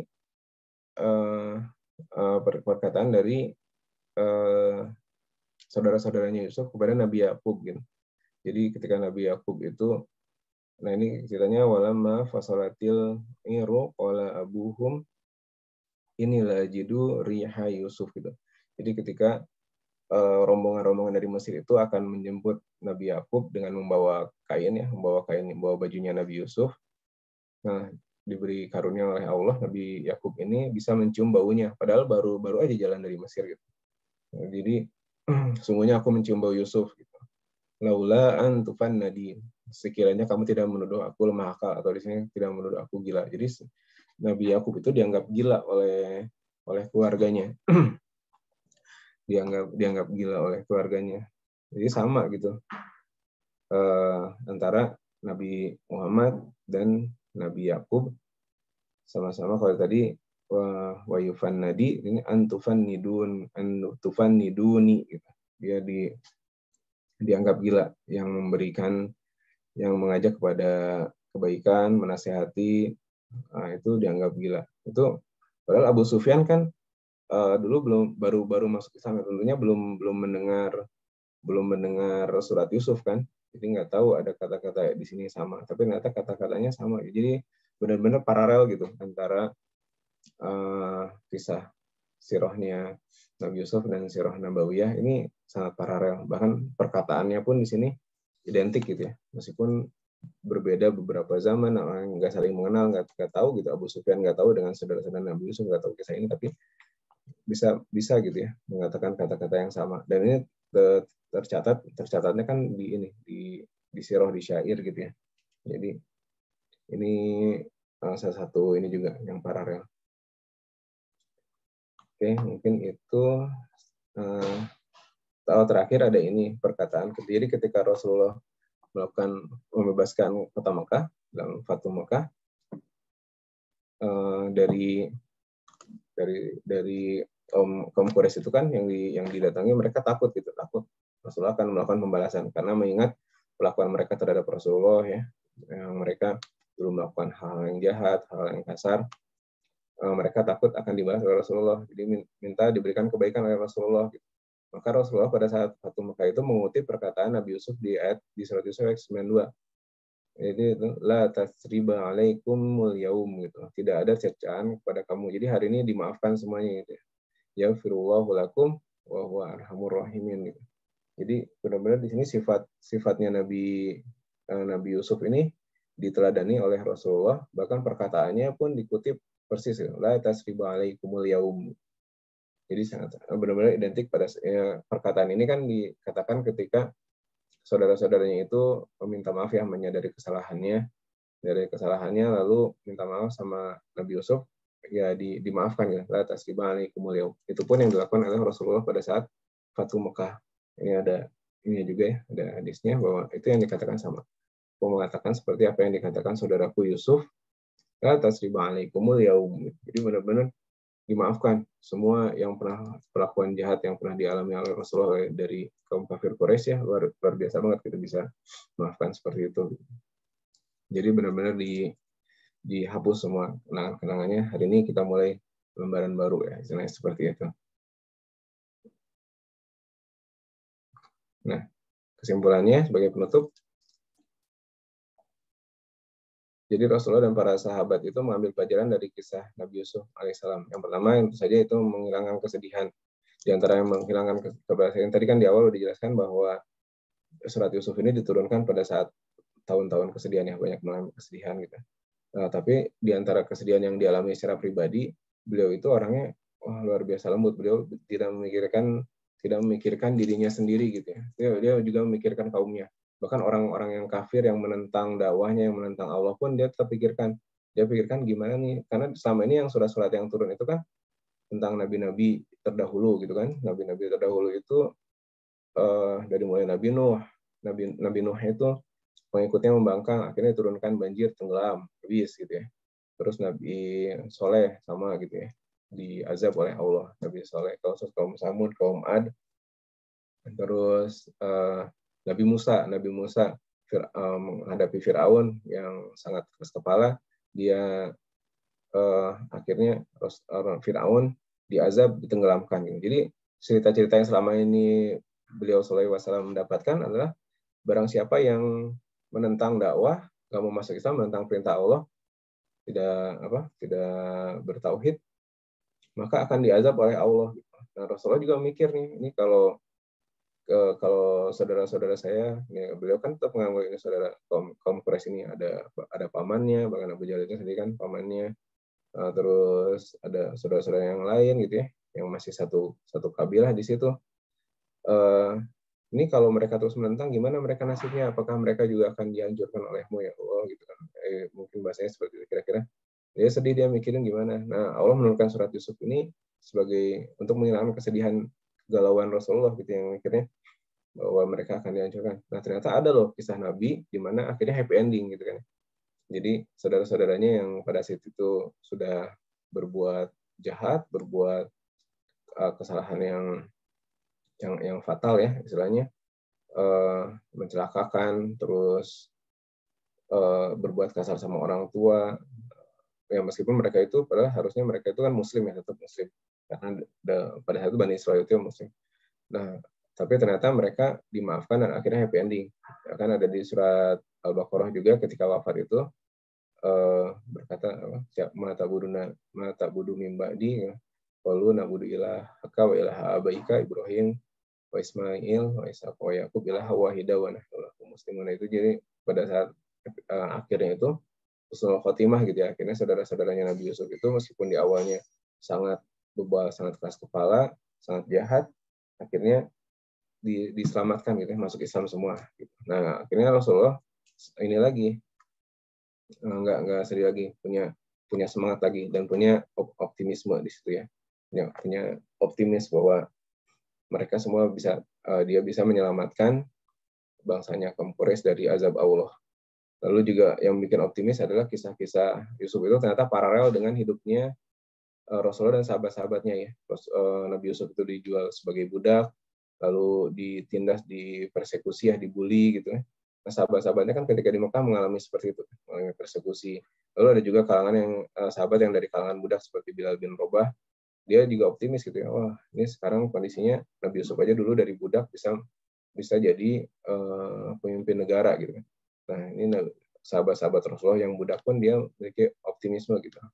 Jadi semangat lagi. Boleh sekarang budak, tapi selama saya beriman kepada Allah, berjuang, insya Allah derajatnya akan ditinggikan oleh Allah. Jadi membangkitkan optimisme. Lalu memaafkan tadi juga udah dibahas ya. Jadi apapun kesalahan, seberat apapun, ini luar biasa. Kita belum tentu bisa seperti itu. Bisa memaafkan perbuatan yang jahat yang dilakukan kepada Rasulullah SAW dimaafkan. Lalu ini juga yang sebagai penutup, skenario Allah itu very smooth ya, sangat lembut sekali gitu. Inna Robbi latifun lima yasha. Sesungguhnya Allah itu maha lembut terhadap apa yang dia lakukan. Ya kalau kita lihat kemarin udah dibahas detail banget ya, bagus banget itunya, Ustaz Hanif. dari skenario-nya Allah itu kan, kalau kayak mengalir aja gitu ya, dari sini ke sini, dari mulai di dalam sumur, dijual jadi budak, lalu diberi ujian, difitnah, masuk penjara, semuanya smooth gitu. Ini skenario Allah itu sangat lembut sekali sampai akhirnya berakhir dengan happy ending gitu. Nah, itu lalu untuk memberikan pelajaran kepada saudara-saudaranya pun dilakukan dengan cara yang baik gitu. Jadi ini sama seperti tadi yang kisah Abu Sufyan tadi. Abu Sufyan dan saudara-saudara Nabi Yusuf itu kan mereka dalam posisi yang sombong, mereka berada di posisi tinggi. Mereka kalau langsung dinasehati dalam kondisi seperti itu tentu tidak akan masuk gitu. Nah, salah satu rumusnya adalah yang mungkin kemarin juga sempat ada pertanyaan ya, gimana cara misalnya mengatasi orang yang tinggi hati gitu ya, sombong gitu. Nah, itu salah satu caranya itu adalah dengan direndahkan terlebih dahulu. Jadi si Abu Sufyan itu ketika dia melihat ketika dia masuk Islam, lalu sama Rasulullah dibilang kepada pamannya, pada Abbas radhiyallahu anhu, ini jangan dibiarkan, Abu Sufyan jangan dibiarkan pulang, tapi suruh berdiri di tengah lembah gitu, biar dia menyaksikan pasukan-pasukan yang lewat gitu. Nah, jadi di situ luar biasa scene pemandangannya luar biasa ya. Ketika ada kabilah datang, wah siapa itu? Ini dijelaskan oleh Abbas, itu Bani siapa gitu, Bani Khuza'ah atau Bani siapa. Ketika datang lagi, siapa itu? Bani Nabi Abu Sufyan bilang, lah apa hubungannya dengan Mekah gitu? Kenapa mereka mau menyerang Mekah gitu? Lah kita nggak punya masalah apa-apa dengan mereka gitu kan. Tapi ternyata mereka karena mereka udah ikut dengan Rasulullah, bergabung, akhirnya mereka patuh dan ikut ke sana. Setiap ada datang rombongan itu siapa ditanya gitu. Wah, akhirnya Abu Sufyan terpesona gitu kan. Jadi pride-nya semakin lama semakin luntur gitu. Tadinya dia kebanggaannya tinggi sebagai kaum Quraisy, yang tadi hamiyat al-jahiliyah, perlahan-lahan luntur gitu, karena merasa dia itu bukan apa-apa. Ya, karena yang datang itu kabilah yang dia tahu, ini suku ini.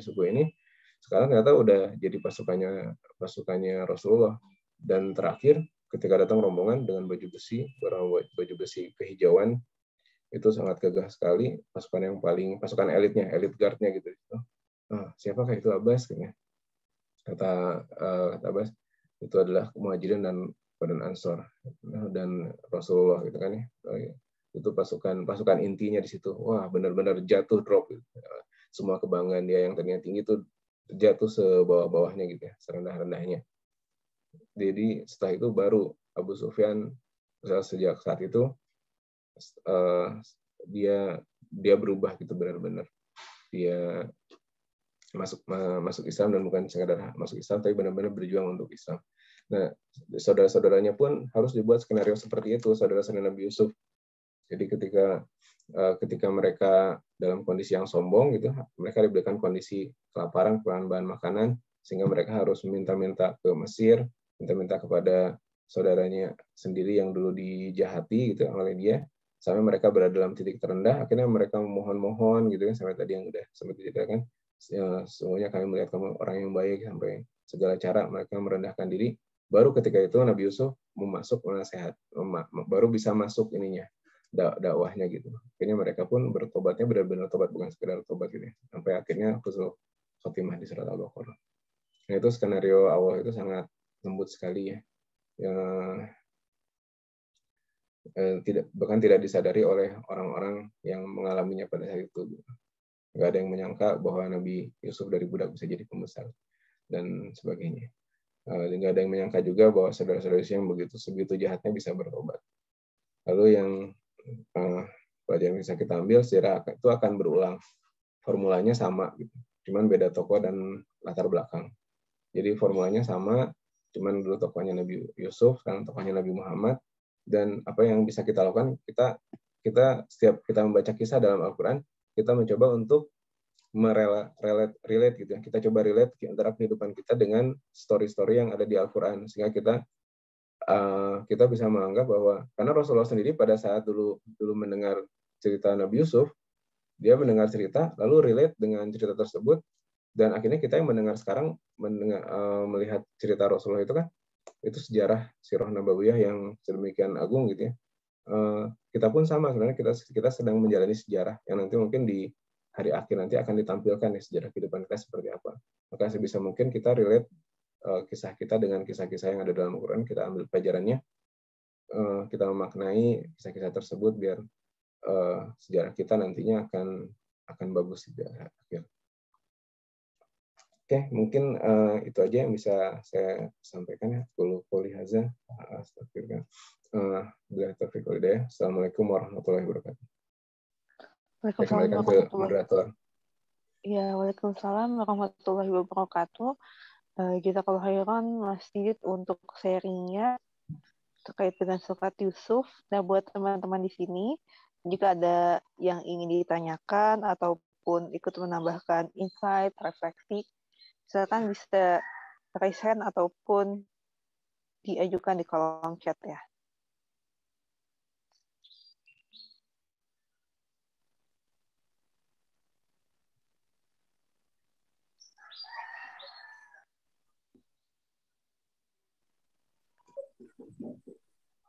Oke, dari Pak Hanif Acet ada insight yang ingin ditambahkan juga untuk kita di sini?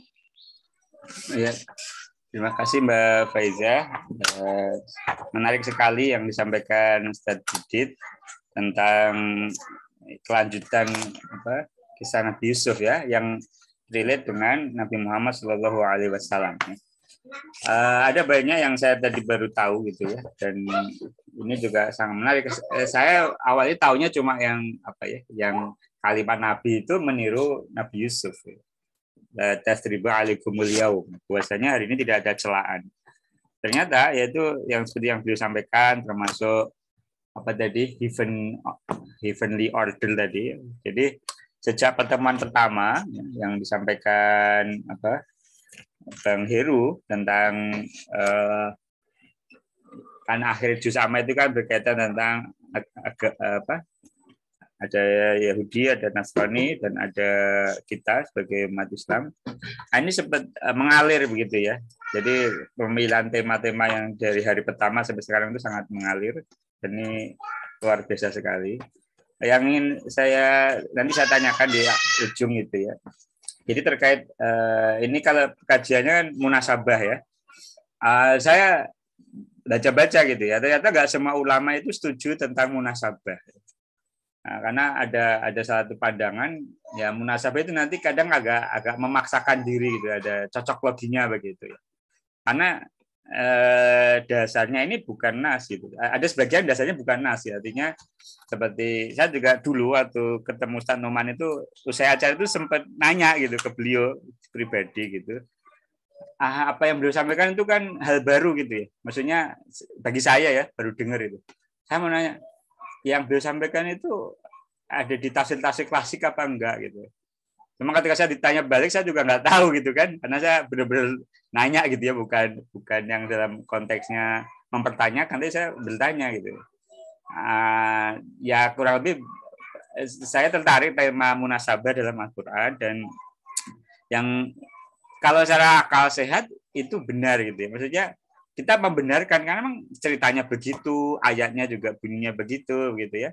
Termasuk kalau di barat kan istilah teori cincin ya, komposisi cincin itu populer gitu ya.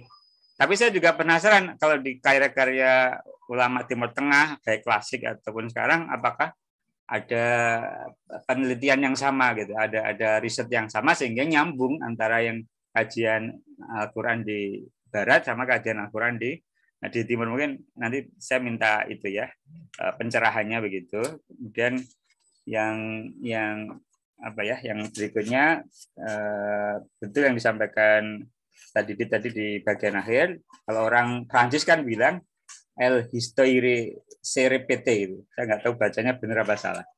Sejarah itu bisa berulang. Bahwasanya yang terjadi pada Nabi Yusuf alaihissalam itu juga terjadi pada masa Nabi Muhammad SAW. Karena Quraisy itu kan sebenarnya satu keluarga besar ya, yang terdiri dari beberapa kabilah. Ya. Ada yang dari Bani Hashim, ya. Ada dulu Abu Jahal itu. Ya. Jadi ini saya salah satu yang poin ya. Seorang nabi yang besar itu ya, itu pasti diberikan musuh hebat. Nah, saya pernah baca, saya nggak baca secara detail karena cuma di perpus itu. Ada buku judulnya Abu Jahal, yang itu meneliti sosok Abu Jahal karena dia asalnya adalah julukannya Abul Hakam. Jadi dia orang hebat gitu, bukan Abu Jahal orang bodoh terus lawannya gampang kalah enggak gitu. Nah, yang menarik memang yang di antara musuh Nabi yang akhirnya kemudian kalah gitu ya, yaitu Abu Sufyan, kemudian menjadi sahabat ya, dan kita memuliakan beliau karena seorang sahabat tentu radhiyallahu anhum wa radhu'an. Nah, itu Abu Sufyan. Nah, ini menarik ya bahwasanya salah satu sifat Nabi ya yang itu juga sifat orang-orang mulia itu adalah mudah memaafkan. Dan salah satu ciri kesalahan seseorang itu atau kemuliaan seseorang ya mampu memaafkan itu. Nah, ini yang relate itu ya antara sifat Nabi Yusuf. Atau begini, pertanyaan saya, apakah ayat-ayat yang diturunkan Nabi itu kalau zaman kita itu kan ada training gitu.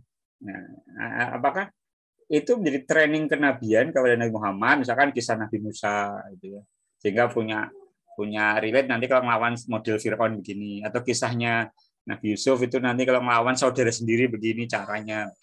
Nah, itu beberapa lintasan yang saya pikirkan dari paparan tadi tentang pertama munasabah, kemudian apakah itu yang terakhir lagi ya, terkadang kita itu GR gitu ya, misalkan kita baca kisah Nabi Musa dan Khidir, nah kemudian kita menempatkan diri ketemu orang aneh, kita menempatkan diri sebagai Nabi Musanya, terus orang aneh itu Khidirnya, sehingga kita nggak berani mengoreksi padahal itu sudah jelas menyimpang gitu.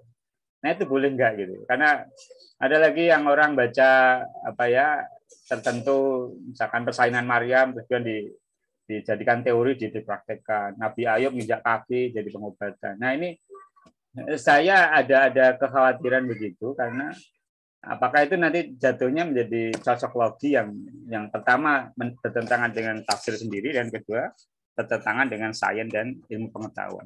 Itu terima kasih atas nanti pencerahannya. Assalamualaikum warahmatullahi wabarakatuh. Waalaikumsalam warahmatullahi wabarakatuh. Terima kasih Pak Hanif untuk sharingnya, dan juga mungkin kalau misalnya ada tadi yang pertanyaan rekan-rekan di sini bisa berbagi juga ya, atau ada jawabannya. Nah, ini dari Pak Andi, mungkin bisa langsung saja ya. Bismillahirrahmanirrahim. Assalamualaikum warahmatullahi wabarakatuh. Kedengeran nggak? Terdengar. Oke, sorry. Tadi kemarin soalnya pas ngomong nggak kedengeran, takut error. Tapi tadi kayaknya Bang Hanif nanya apa mau dijawab dulu sama Mas Didit atau gimana? Saya nggak rasanya kayaknya nanya deh Bang Hanif tuh. Oh, oke. Mungkin dari ini ya, dari Mas Didit mau ada tanggapan dulu atau bagaimana? Lanjut aja dulu Dokter Andi, ntar kita bareng. Oke, ya udah. Mau menanggapi yang Ustaz Hanif juga boleh. Enggak, maksudnya itu saya sih nggak menanggapi, itu maksudnya kayaknya Ustaz Hanif itu nanya ke Pak Didit gitu. Saya maksudnya takutnya mau jawab dulu, mah enggak aja. Kalau enggak ya saya sekalian aja mungkin ya Pak Hanif, saya mau ngasih ini, makasih sekali udah ngasih kesempatan kita untuk belajar lagi tentang surat Yusuf ini gitu. Kalau refleksi dari saya sih, jadi Ustadz tuh sering bilang kalau untuk bisa dapat pelajaran yang optimal dari satu ayat gitu, Ustadz Noman tuh, jadi bayangkan kondisi saat ayat ini turun, bagaimana kondisi Rasul, terutama kondisi psikisnya, hatinya gitu, pada saat satu ayat itu turun gitu, biar kita tuh bisa mendapatkan manfaat yang optimal atau yang paling sebesar-besarnya dari satu ayat gitu, dan untuk lebih paham tentang ayatnya dan mendapatkan manfaat dari ayat ini gitu, atau dari surat ini. Jadi tadi kan Mas Didit nyerangin tentang ayat ini tuh surat Yusuf tuh turun pada saat Rasul tuh sedang tahun-tahun berduka gitu. Jadi Rasul tuh kondisi sangat down gitu, sedih karena pamannya yang pelindung utamanya tuh meninggal, pelindung support psikisnya dari istrinya juga Khadijah meninggal gitu.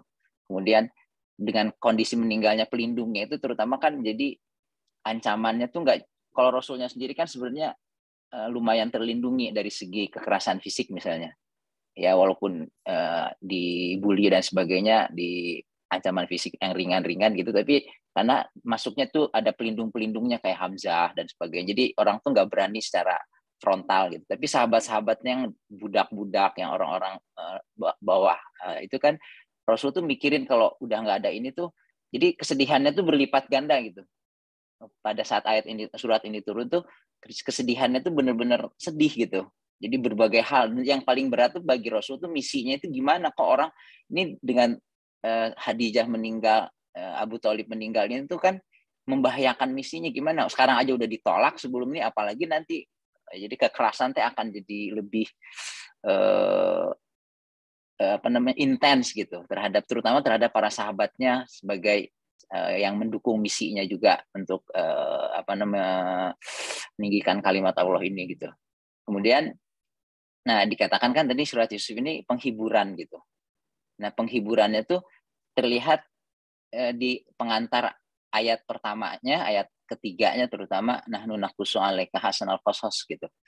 Jadi Allah tuh berbicara sama Rasul gitu. Kami menceritakan kepadamu kisah yang paling baik, the best story gitu. Ahsanul qasas gitu. Ini tuh mungkin kalau di zaman dulu tuh kan mungkin yang paling gampang tuh kita relate-nya tuh qasas itu kayak film gitu. Kalau zaman dulu kan nggak ada film. Orang tuh kalau pengen dapat cerita tentang berbagai hal-hal yang luar biasa tuh minta diceritain, storytelling gitu. Sekarang kan kita punya teknologi yang lebih canggih gitu, kita menceritakan dalam bentuk movie gitu, dalam bentuk film. Jadi kayak kalau zaman sekarang tuh nanti kalau kamu lagi sedih ini, nih saya kasih film yang the best movie lah, pokoknya ini film bagus banget lah gitu. Ya, jadi Allah tuh bilang ahsanal qasas itu nggak ada kisah yang lebih bagus dari kisah ini. In term dalam kondisi yang akan kamu hadapi sedih seperti ini gitu, kesedihan yang berat ini, memikirkan misinya, memikirkan keluarga yang meninggalkannya, memikirkan para sahabatnya gitu. Jadi ahsanal qasas ini tuh jadi dibahas sama Ustadz kan, ahsanal qasas tuh apa sih, kenapa sih ayat ini tuh gitu. Nah terus jadi kemudian Rasul diceritain terus surat Yusufnya, cerita Yusufnya dari awal sampai akhir, sampai selesai, sampai akhirnya happy ending gitu dengan begitu naik turunnya gitu kan, dan ada kesamaan-kesamaan yang Rasulnya we can relate gitu. Kalau kita nonton film tuh kalau tokoh utamanya tuh kita bisa relate tuh kita bisa lebih kena gitu film itu. Ini memang kondisinya kejadian juga sama saya gitu. Jadi ketika Rasul diceritain Nabi Yusuf mendapatkan musibah segala macam, difitnah segala macam, itu tuh jadi beliau tuh bisa relate gitu. Terus di akhirnya di ayat terakhir tuh Allah tuh bilang ayat 111-nya laqad kana fi qasasihim, di kisah-kisah mereka, kisah-kisah para rasul itu ibratul lil albab, terdapat ibroh bagi orang yang mempunyai akal gitu. Ini tuh menariknya tuh kata-katanya ulil albab. Ulil albab itu kan berhubungan dengan pikiran, dengan akal. Padahal yang dialami sama Rasul itu kan masalah emosional gitu. Ya. Jadi artinya bisa dari pelajarannya Ustaz bisa di introduction dari surat ini tuh ngebahas tentang kata ibroh gitu. Ibroh itu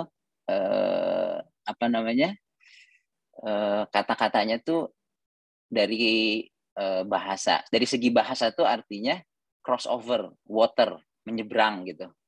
Tapi dengan kata tapi istilah ibroh itu tuh bisa juga kalau kita menceritakan sesuatu, itu tuh diceritakan sesuatu, tears crossover gitu, move you to tears gitu. Jadi si kisah ini tuh saking menyentuhnya tuh sampai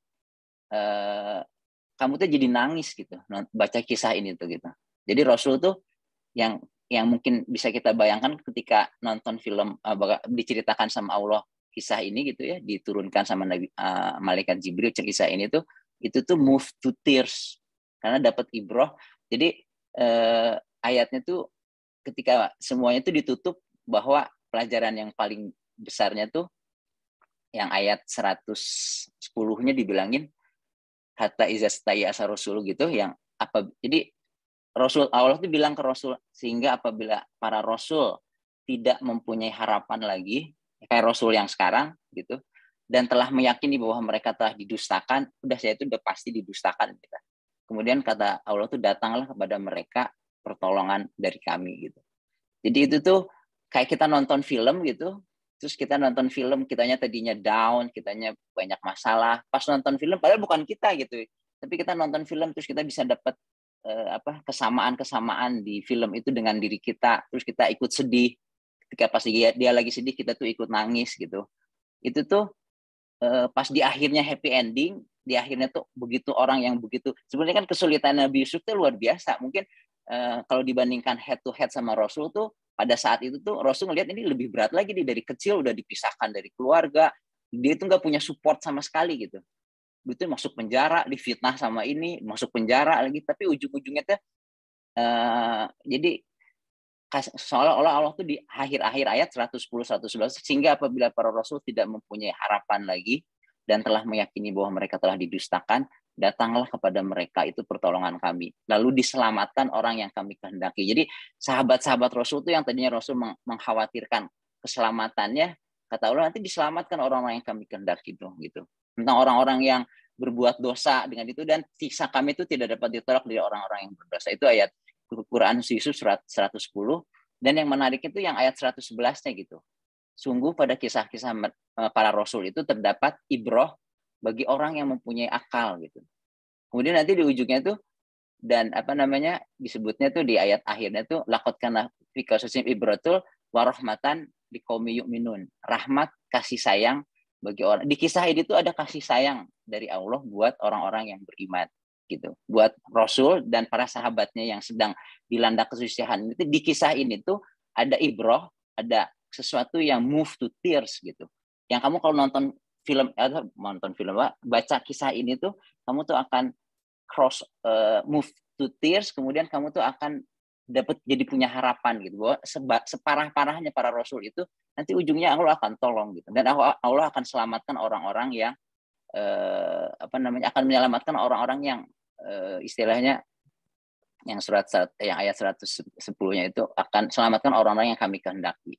Jadi itu tuh di awal kalau kita bayangin Rasul SAW itu dengar ayat ini lagi sedih banget, Allah tuh bilang bahwa nahnu naqussu alaika, kami akan menceritakan kepadamu kisah yang the best story gitu. Di ujungnya tuh nanti di ujung selesai ceritanya tuh dibilangnya, sehingga apabila Rasul tidak mempunyai harapan lagi, telah meyakini bahwa mereka telah dustakan, datanglah kepada mereka pertolongan kami. Nah itu tuh jadi hiburan yang buat Rasul yang dan akan menyelamatkan orang-orang yang kami kehendaki. Itu hiburan yang luar biasa buat Rasul gitu. Jadi itu mungkin pelajaran yang bisa, kalau kita pengen dapat manfaat yang optimal kata Ustaz itu, kita coba posisikan kita tuh di posisi Rasul gitu pada saat nerima surat ini gitu. Kemudian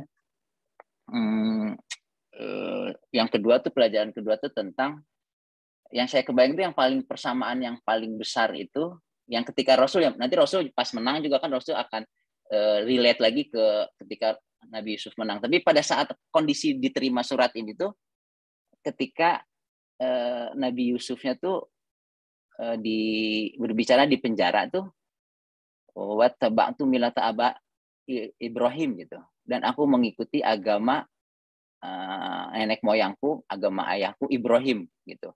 Itu kan nanti Rasul tuh relate gitu. Ini tuh diingatkan, terus juga selalu yang kalau saya perhatikan bukan selalu, itu sering sekali ketika kita bicara tentang milata Ibrahim tuh Allah tuh mengingatkan pada, dan Ibrahim itu bukanlah orang-orang musyrik gitu. Bukan termasuk sama sekali, tidak pernah termasuk golongan orang-orang musyrik. Kemudian Nabi Yusuf kan bilang, dan aku mengikuti agama nenek moyangku Ibrahim, Ishak dan Yakub, tidak pantas bagi kami mempersekutukan sesuatu apapun dengan Allah gitu. Kemudian kan di surat dan Rasul juga kan di surat berbagai surat Al-Baqarah misalnya dikatakan yang pernah dibahas waktu itu sama, kalau nggak salah sama Pak Heru, yang Al-Baqarah 135, katakanlah, jadi Allah tuh bilang ke Rasul, tidak ya, melainkan kami mengikuti milata Ibrahim Hanifa wa ma kana minal musyrikin gitu. Terus Ali Imran juga. Tapi yang menarik mungkin di surat Al-An'am yang sama-sama turun di Makkiyah ya, surat Makkiyah juga yang sama-sama turun di Mekah, ayat Al-An'am 161, katakanlah kayak 100 itu kul innani hadani rabbila isyrata mustaqim dan natiyama millata Ibrahim hanifa. Sungguhnya aku telah ditunjuki oleh Tuhanku kepada jalan yang lurus. Jadi Allah tuh memerintahkan Rasul untuk mengatakan kul. Sungguhnya aku telah ditunjuki oleh Tuhanku kepada jalan yang lurus, agama yang benar, millata Ibrahim hanifa wa ma kana minal musyrikin. Jadi ketika bayangin Rasul itu ketika diceritain sama malaikat Jibril ayat ini, kemudian ketika baca bahwa Nabi Yusuf tuh bilang kami itu mengikuti agama nenek moyang kami Ibrahim dan tidak layak para nabi itu tuh musyrik itu tuh ada relate pada misinya gitu. Karena kalau menurut saya pribadi itu ya musyriknya itu tuh yang paling berat itu kan yang di surat Jad yang dia katakan musyrik itu yang paling besar itu bukan menyembah berhala dan sebagainya, tapi surat yang Al-Jatsiyah 23 afara'aita man ittakhadha ilahahu hawahu. Tidakkah kamu memperhatikan orang yang menjadikan hawa nafsunya sebagai Tuhan gitu. Jadi dia menyekutukan Allah tuh dengan hawa nafsunya. Dia percaya sama Allah tapi dia menjadikan hawa nafsunya itu sebagai yang mengatur gitu. Jadi itu tuh mengingatkan bahwa misi terbesar para nabi itu tuh menjadikan orang-orang itu jangan sampai menjadikan hawa nafsu mereka sebagai Tuhan gitu. Itu yang berat, yang paling berat itu. Jadi kebayang Rasul tuh relate bahwa dari para nabi zaman dulu sampai sekarang tuh selalu bahwa agamanya tuh yang paling berat itu adalah menjadikan pengikutnya itu jangan sampai menjadikan hawa nafsu sebagai Tuhannya gitu. Dan yang terakhir balik lagi ke yang movie tadi gitu ya. Kan kalau kita relate sama kamu, kalau ditanya film paling favorit apa sih gitu, best movies yang kamu pernah nonton, itu tuh nggak pernah kita nonton yang best movie itu cuma sekali gitu. Kita tuh nonton tuh berkali-kali, kalau udah lama nggak nonton tuh pengen nonton lagi gitu. Jadi dari waktu ke waktu tuh kita nonton lagi gitu. Malah ada waktu itu teman saya tuh nonton film yang suka banget sama film Titanic gitu. Saya nonton sampai 10 kali, tiap kali nonton tuh nangis gitu. Itu tuh jadi orang tuh kalau nonton film yang dia sangat sukai itu, yang dia bilang anggap the best movies itu tuh nggak pengen nonton sekali, dia tuh pengen nonton lagi gitu. Karena kesedihan Rasul itu kan nggak cuma sehari terus baca surat Yusuf terus hilang gitu. Nanti besoknya lagi dakwah lagi, dihina lagi, dengar berita sahabatnya disiksa lagi, sedih lagi. Kemudian ketika sedih itu beliau Rasulullah SAW tuh baca lagi surat Yusuf terus move to tears lagi gitu. Terus juga pas di akhirnya happy ending, semangat lagi, yakin akan pertolongan Allah lagi gitu. Jadi malah kalau kita tuh kalau nonton film yang bagus tuh malah kita pengen rekomendasiin ke orang, nonton itu bagus banget di filmnya tuh, sangat mengharukan, sangat moving gitu. Tiap kali nonton tuh saya udah tahu ceritanya, tapi tiap kali nonton pas adegan ini nangis lagi gitu. Nah itu tuh harusnya tuh kalau kita, kayak saya sendiri sih yang susah tuh itu gitu. Saya tuh waktu nggak salah tuh Ustadz Noman tuh kan bikin seri surat Yusuf ini tuh Ramadan tahun kemarin. Tiap hari itu ada film kisah baru. Sampai nanti habis Lebaran, habis Ramadannya juga, habis Lebarannya tuh masih nyambung terus. Jadi saya tuh nggak nonton menikmati keindahan bahasanya, gimana yang dari ayat 1 sampai ayat terakhir tuh bagaimana ayat yang kayaknya sederhana tuh begitu banyak pelajarannya, tapi terus terang nggak pernah sampai nangis gitu. Jadi itu mungkin berarti kan artinya gini, kalau misalnya kita disuruh nonton film sama orang, udah nonton filmnya belum? Udah. Itu bagus banget ya? Enggak, biasa aja sih. Itu kan paling ada yang terus katanya, itu bagus banget, coba kamu nonton yang bener deh. Nonton yang bener dihayati, itu kamu pasti nangis gitu. Enggak ya, menurut saya nggak sampai, ya bagus sih, tapi nggak sampai segitunya gitu. Jadi artinya berarti kita tuh ada yang missing gitu dari film itu tuh. Jadi orang tuh, jadi kalau kita ngobrol, mungkin kalau kita dikasih kesempatan ngobrol sama para sahabat, ngobrolin surat Yusuf, ini surat bagus banget gitu. Ini tuh the best, ahsanul qasas, the best story gitu. Tiap kali saya sedih, saya down, saya baca surat ini, saya nangis, kemudian sesudahnya saya semangat lagi. Kalau kita nggak kayak gitu, berarti kita tuh belum sampai gitu, belum bisa mendapatkan ibrah yang optimal, yang maksimal dari surat ini. Jadi kita perlu lagi belajar lagi, terus ini lagi gitu. Jadi saya tutup terakhir itu di masjid saya tuh ada salah satu pembina masjid. Kadang kalau dia datang ke masjid tuh suka disuruh jadi imam gitu. Terus yang ini berhubungan dengan ulil albab juga. Dia tuh kalau jadi imam tuh pasti bacanya tuh salah satu rakaatnya tuh baca surat Ali Imran yang ayat akhirnya 190 yang doanya itu. Terus dia pas baca misalnya Rabbana ma khalaqta hadza batila subhanaka faqina adzabannar gitu.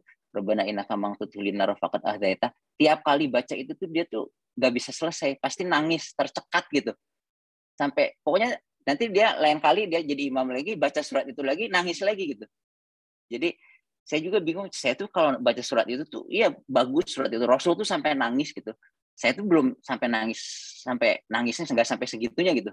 Tapi si pembina masjid ini tuh tiap kali dia baca surat itu tuh dia tuh tercekat itu. Jadi kalau lagi jadi imam tuh bacanya tuh berhenti di tengah jalan, nangis kayak yang nangis gitu, kayak yang mau nangis nggak tahan gitu.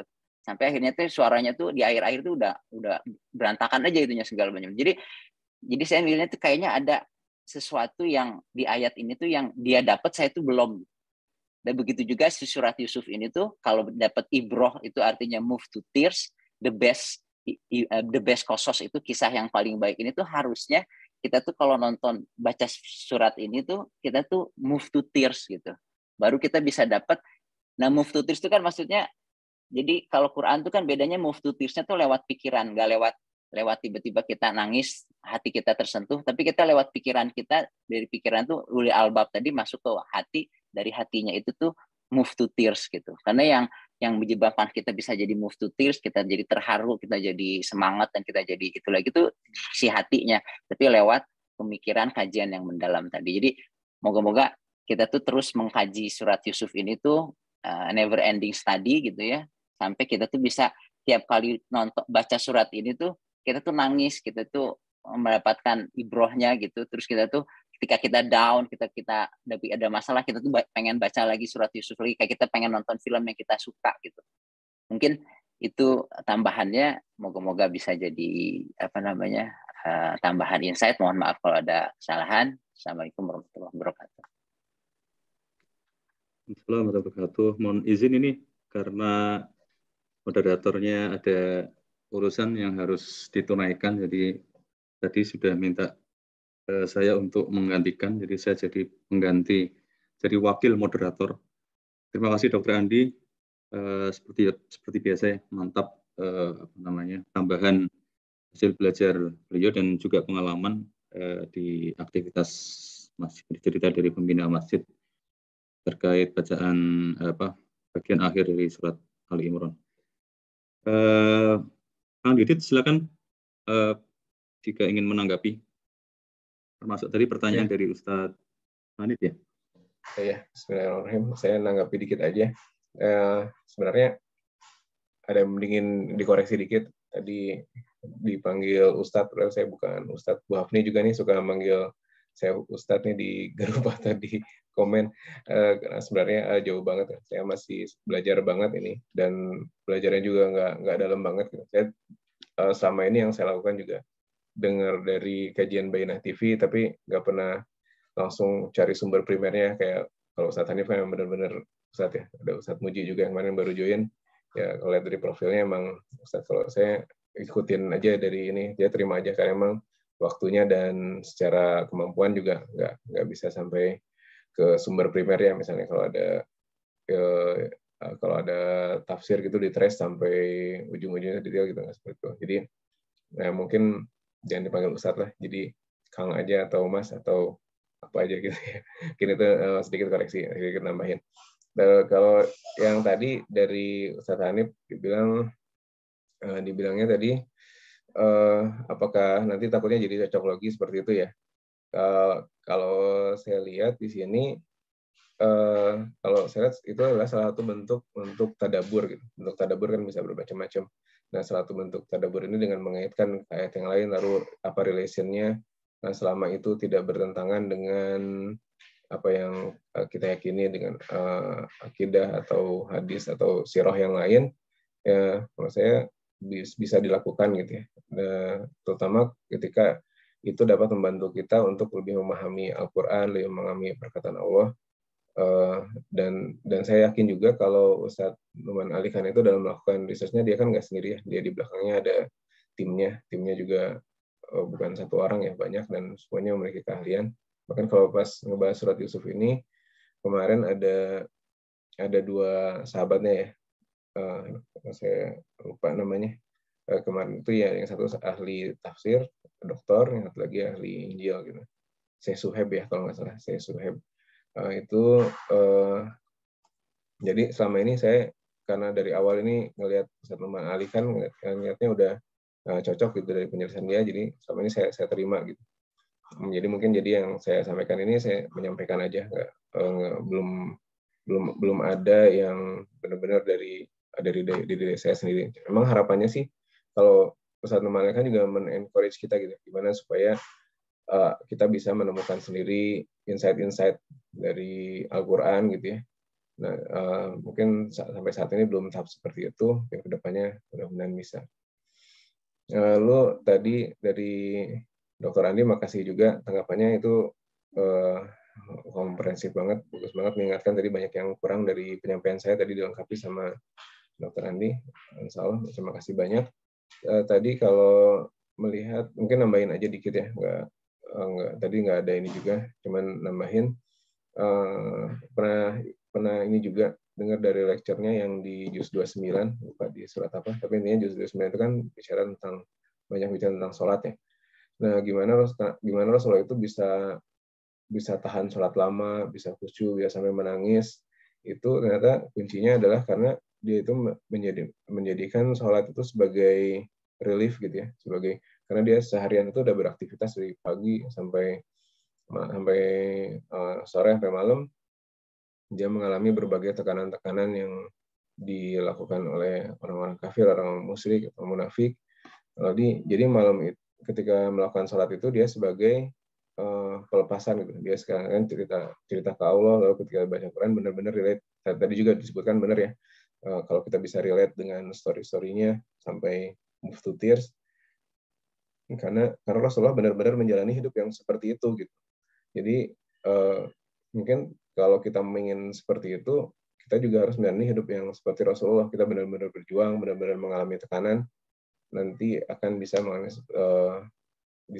move to tears setiap kita sholat, setiap kita membaca Quran, kita bisa sampai menitikkan air mata. Ya, sampai saat ini pun saya masih belum mencapai tahap seperti itu ya. Doakan mudah-mudahan ya dalam belajar ini mencapai seperti itu.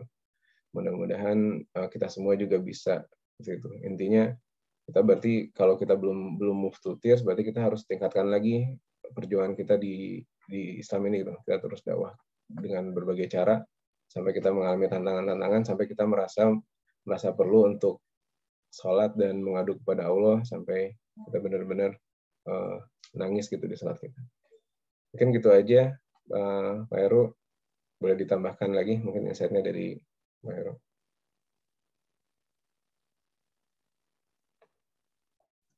Baik, Kang Didit, terima kasih. Saya juga mohon izin membacakan, enggak keluar ya, bacakan chat yang ada ya. Tadi dari Bu Hafni kayaknya, Masya Allah, tabarakallah, dari Bu Hafni ya.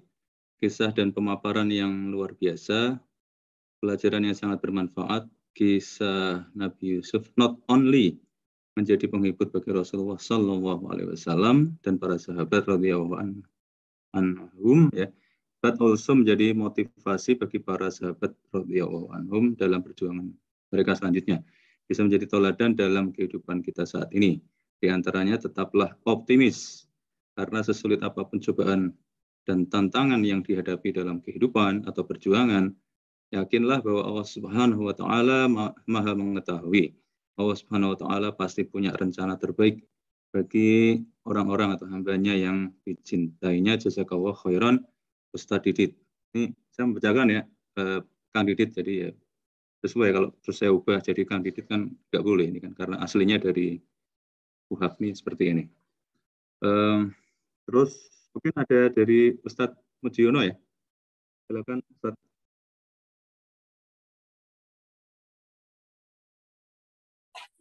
Ya Ustadz. Assalamualaikum. Waalaikumsalam warahmatullahi wabarakatuh. Silakan Ustadz. Ya Ustadz. Pernah Anda mau cerita sedikit soal surat Nabi Yusuf ini. Pernah ada diundang di salah satu masjid, kemudian disuruh misi di masjid tersebut. Anda ambil Quran surat Tadabur, surat Yusuf ini. Jadi anak pelajari dulu. Ternyata selama anak pelajari, Quran surat Yusuf ini tidak bisa dijelaskan hanya satu malam. Oke, kemudian anak ambil di beberapa ayat yang juz 30, ataupun juz 30, anak hanya bisa menjelaskan dalam 1 jam itu satu ayat Quran surat Al-Kahfi, 1 atau sampai 3 ayat. Jadi memang berbicara tentang kisah Nabi Yusuf ini tidak boleh kalau misalnya kita bicara 1 jam, 2 jam, karena ada banyak sekali pelajaran yang terlibat di dalamnya. Dan menjadi pelajaran juga kita sekalian, sebagaimana juga Dr. Andi bilang tadi, untuk mendapatkan hasil yang maksimal pada kita harus melihat banyak aspek atau sisi dari surat-surat yang diturunkan oleh Allah Subhanahu wa Ta'ala. Ya begitu, sebagaimana saya bilang tadi, surat Nabi Yusuf ini kalau misalnya dilihat dipaparkan satu hari tidak akan cukup. Kita saja punya majelis di sini khusus tadabbur itu hanya membahas Quran surat Al-Baqarah saja. Itu sudah hampir 2 tahun, ini belum kelar dengan pertemuan sepekan sekali. Ada yang sepekan 2 kali, ada yang sepekan sekali. Memang banyak sekali faedah atau manfaat yang kita bisa dapatkan kalau misalnya kita duduk ngomong mencari tahu lebih dalam. Itu bahkan kalau misalnya 1-2 ayat saja itu kita paparkan selama 1-2 jam. Makanya dari tadi saya bilang saya tambah bagaimana ini saya saja baca tadabburnya tidak mampu saya bisa menjelaskannya karena harus dari awal sampai akhir. Tapi Masya Allah apa yang disampaikan adalah bagian umum yang menjadi tambahan ilmu baru bagi kita. Itu saja Ustaz Heru. Terima kasih Dr. Andi, Ustaz Andi sama Ustaz Adi. Barakallahu fiikum. Baik, Barokallah Ustaz Mujiono, alhamdulillah. Tadi suaranya memang agak ini, mungkin lagi di luar atau di dekat jalan gitu ya, Ustaz Mujiono? Iya, lagi di luar Ustaz. Oke. Ya. Jadi memang ada suara suron ya, suronnya kedengaran. Tapi paling enggak ini malah bagus ya, kita jadi bisa membayangkan. Tadi kan Dr. Andi bilang kita kalau bisa membayangkan suasananya gitu kan. Jadi ini memberi kesempatan kita membayangkan Rasulullah saat menerima wahyu ya, gemerincing lonceng. Gitu. Kalau ini tadi gemerincing suron ya, di lingkungan suara kendaraan dan sebagainya itu. Tapi kita tangkap, alhamdulillah luar biasa. Tadi Al-Baqarah sampai 2 tahun belum selesai. Pas ya kalau tadabbur beneran ya pasti belum selesai. Ya. Jadi memang Masya Allah berarti program tadabburnya Ustadz Mujiono luar biasa. Terus ini saya bacakan juga ada saran dari Dr. Andi.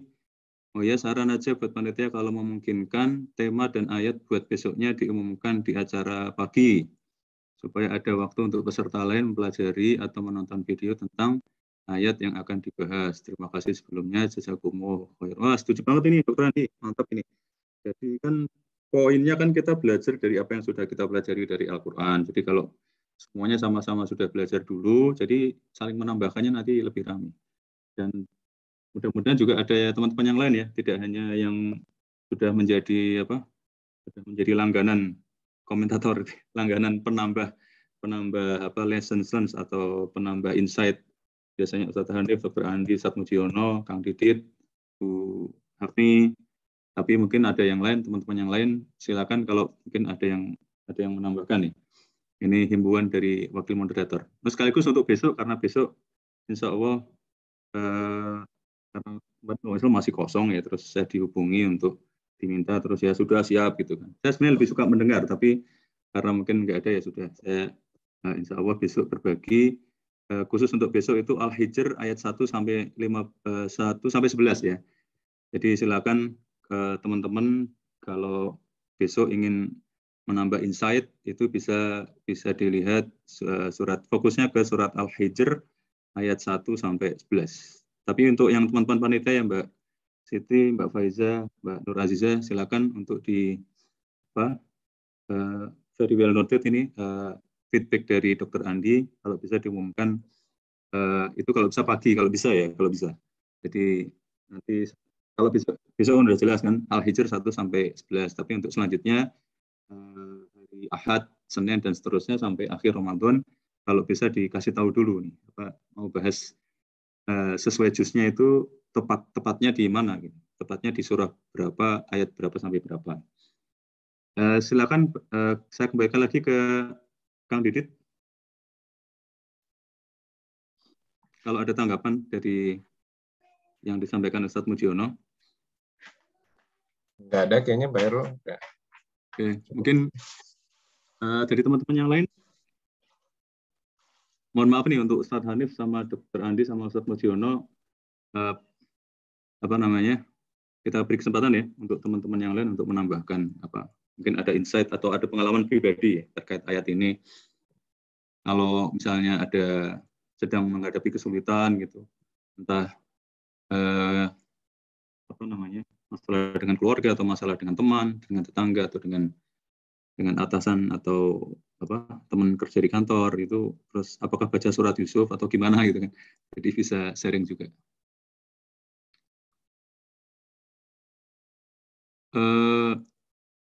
Ini dari Bu Hafni 1 sampai 11 ya Bu Hafni, maaf. Besok 14 Ramadan itu 1 Al-Hijr 1 sampai 11. Jadi bukan 14 tapi 1 sampai 11.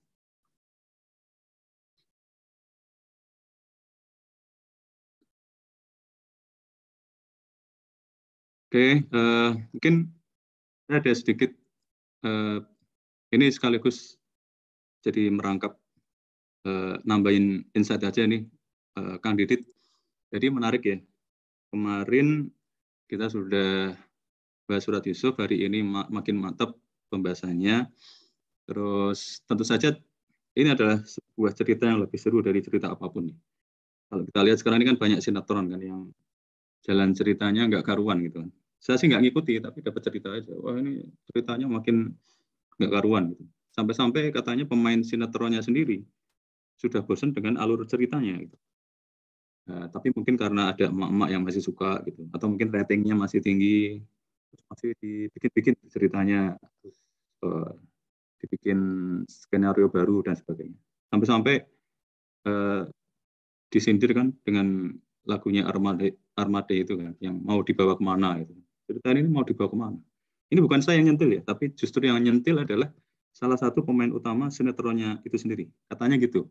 Jadi sampai pemain utama sinetronnya sendiri bosan dengan ceritanya. Tapi cerita Nabi Yusuf ini kan jauh lebih seru. Cuma masalahnya cerita Nabi Yusuf ini tidak disinetronkan aja, itu aja gitu. Tapi ceritanya jauh lebih seru.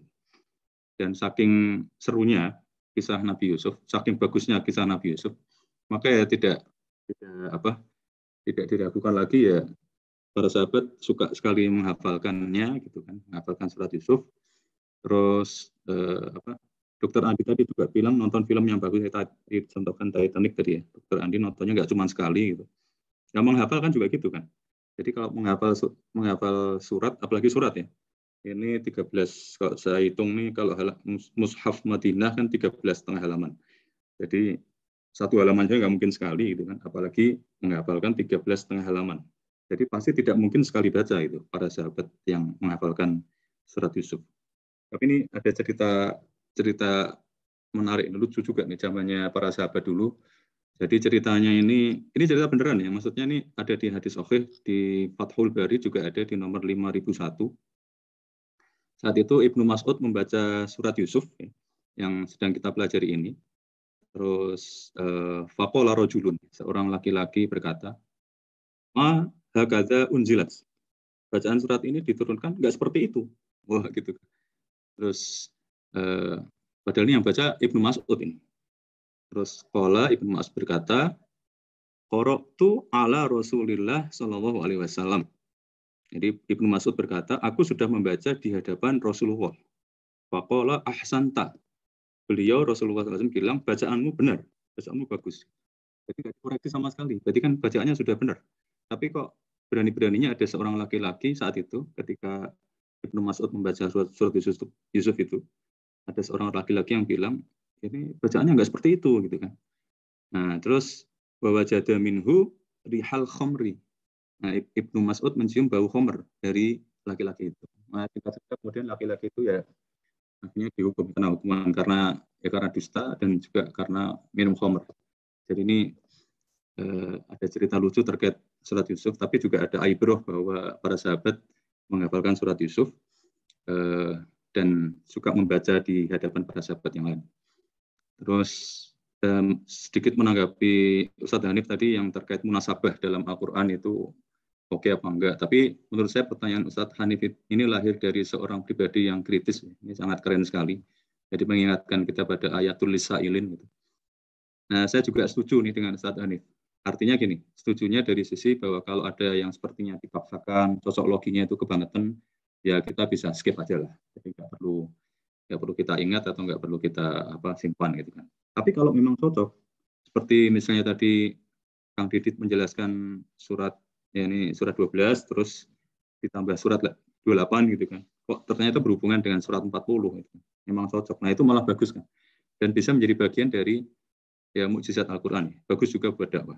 Ya, bagus juga buat yang masih belum beriman, terutama untuk melirik dan mendekati Al-Quran. Memang Al-Quran sehebat itu ya, sampai bisa ada koneksi seperti itu gitu kan. Jadi paling enggak bisa memancing ketertarikan mereka terhadap Al-Quran. Jadi kalau kita misalnya ketemu atau ngobrol gitu ya sama orang yang belum beriman, nah munasabah ini justru bermanfaat banget kan. Jadi kita bisa punya tema atau bisa punya bahan obrolan gitu dengan orang-orang yang belum beriman seperti itu. Kalau nggak ada kan, kalau mujizat-mujizat apa aja gitu kan, kita jadi mungkin agak kering, agak kurang bahannya untuk diobrolkan. Saya kira itu sedikit komen saya terkait munasabah dalam Al-Quran. Mungkin ada lagi dari teman-teman yang lain. Kalau tidak ada, ini sudah jam 7:30 lebih, walaupun hari libur ya, tapi juga puasa tentu saja tidak libur dan sharing subuh Ramadan juga tidak libur.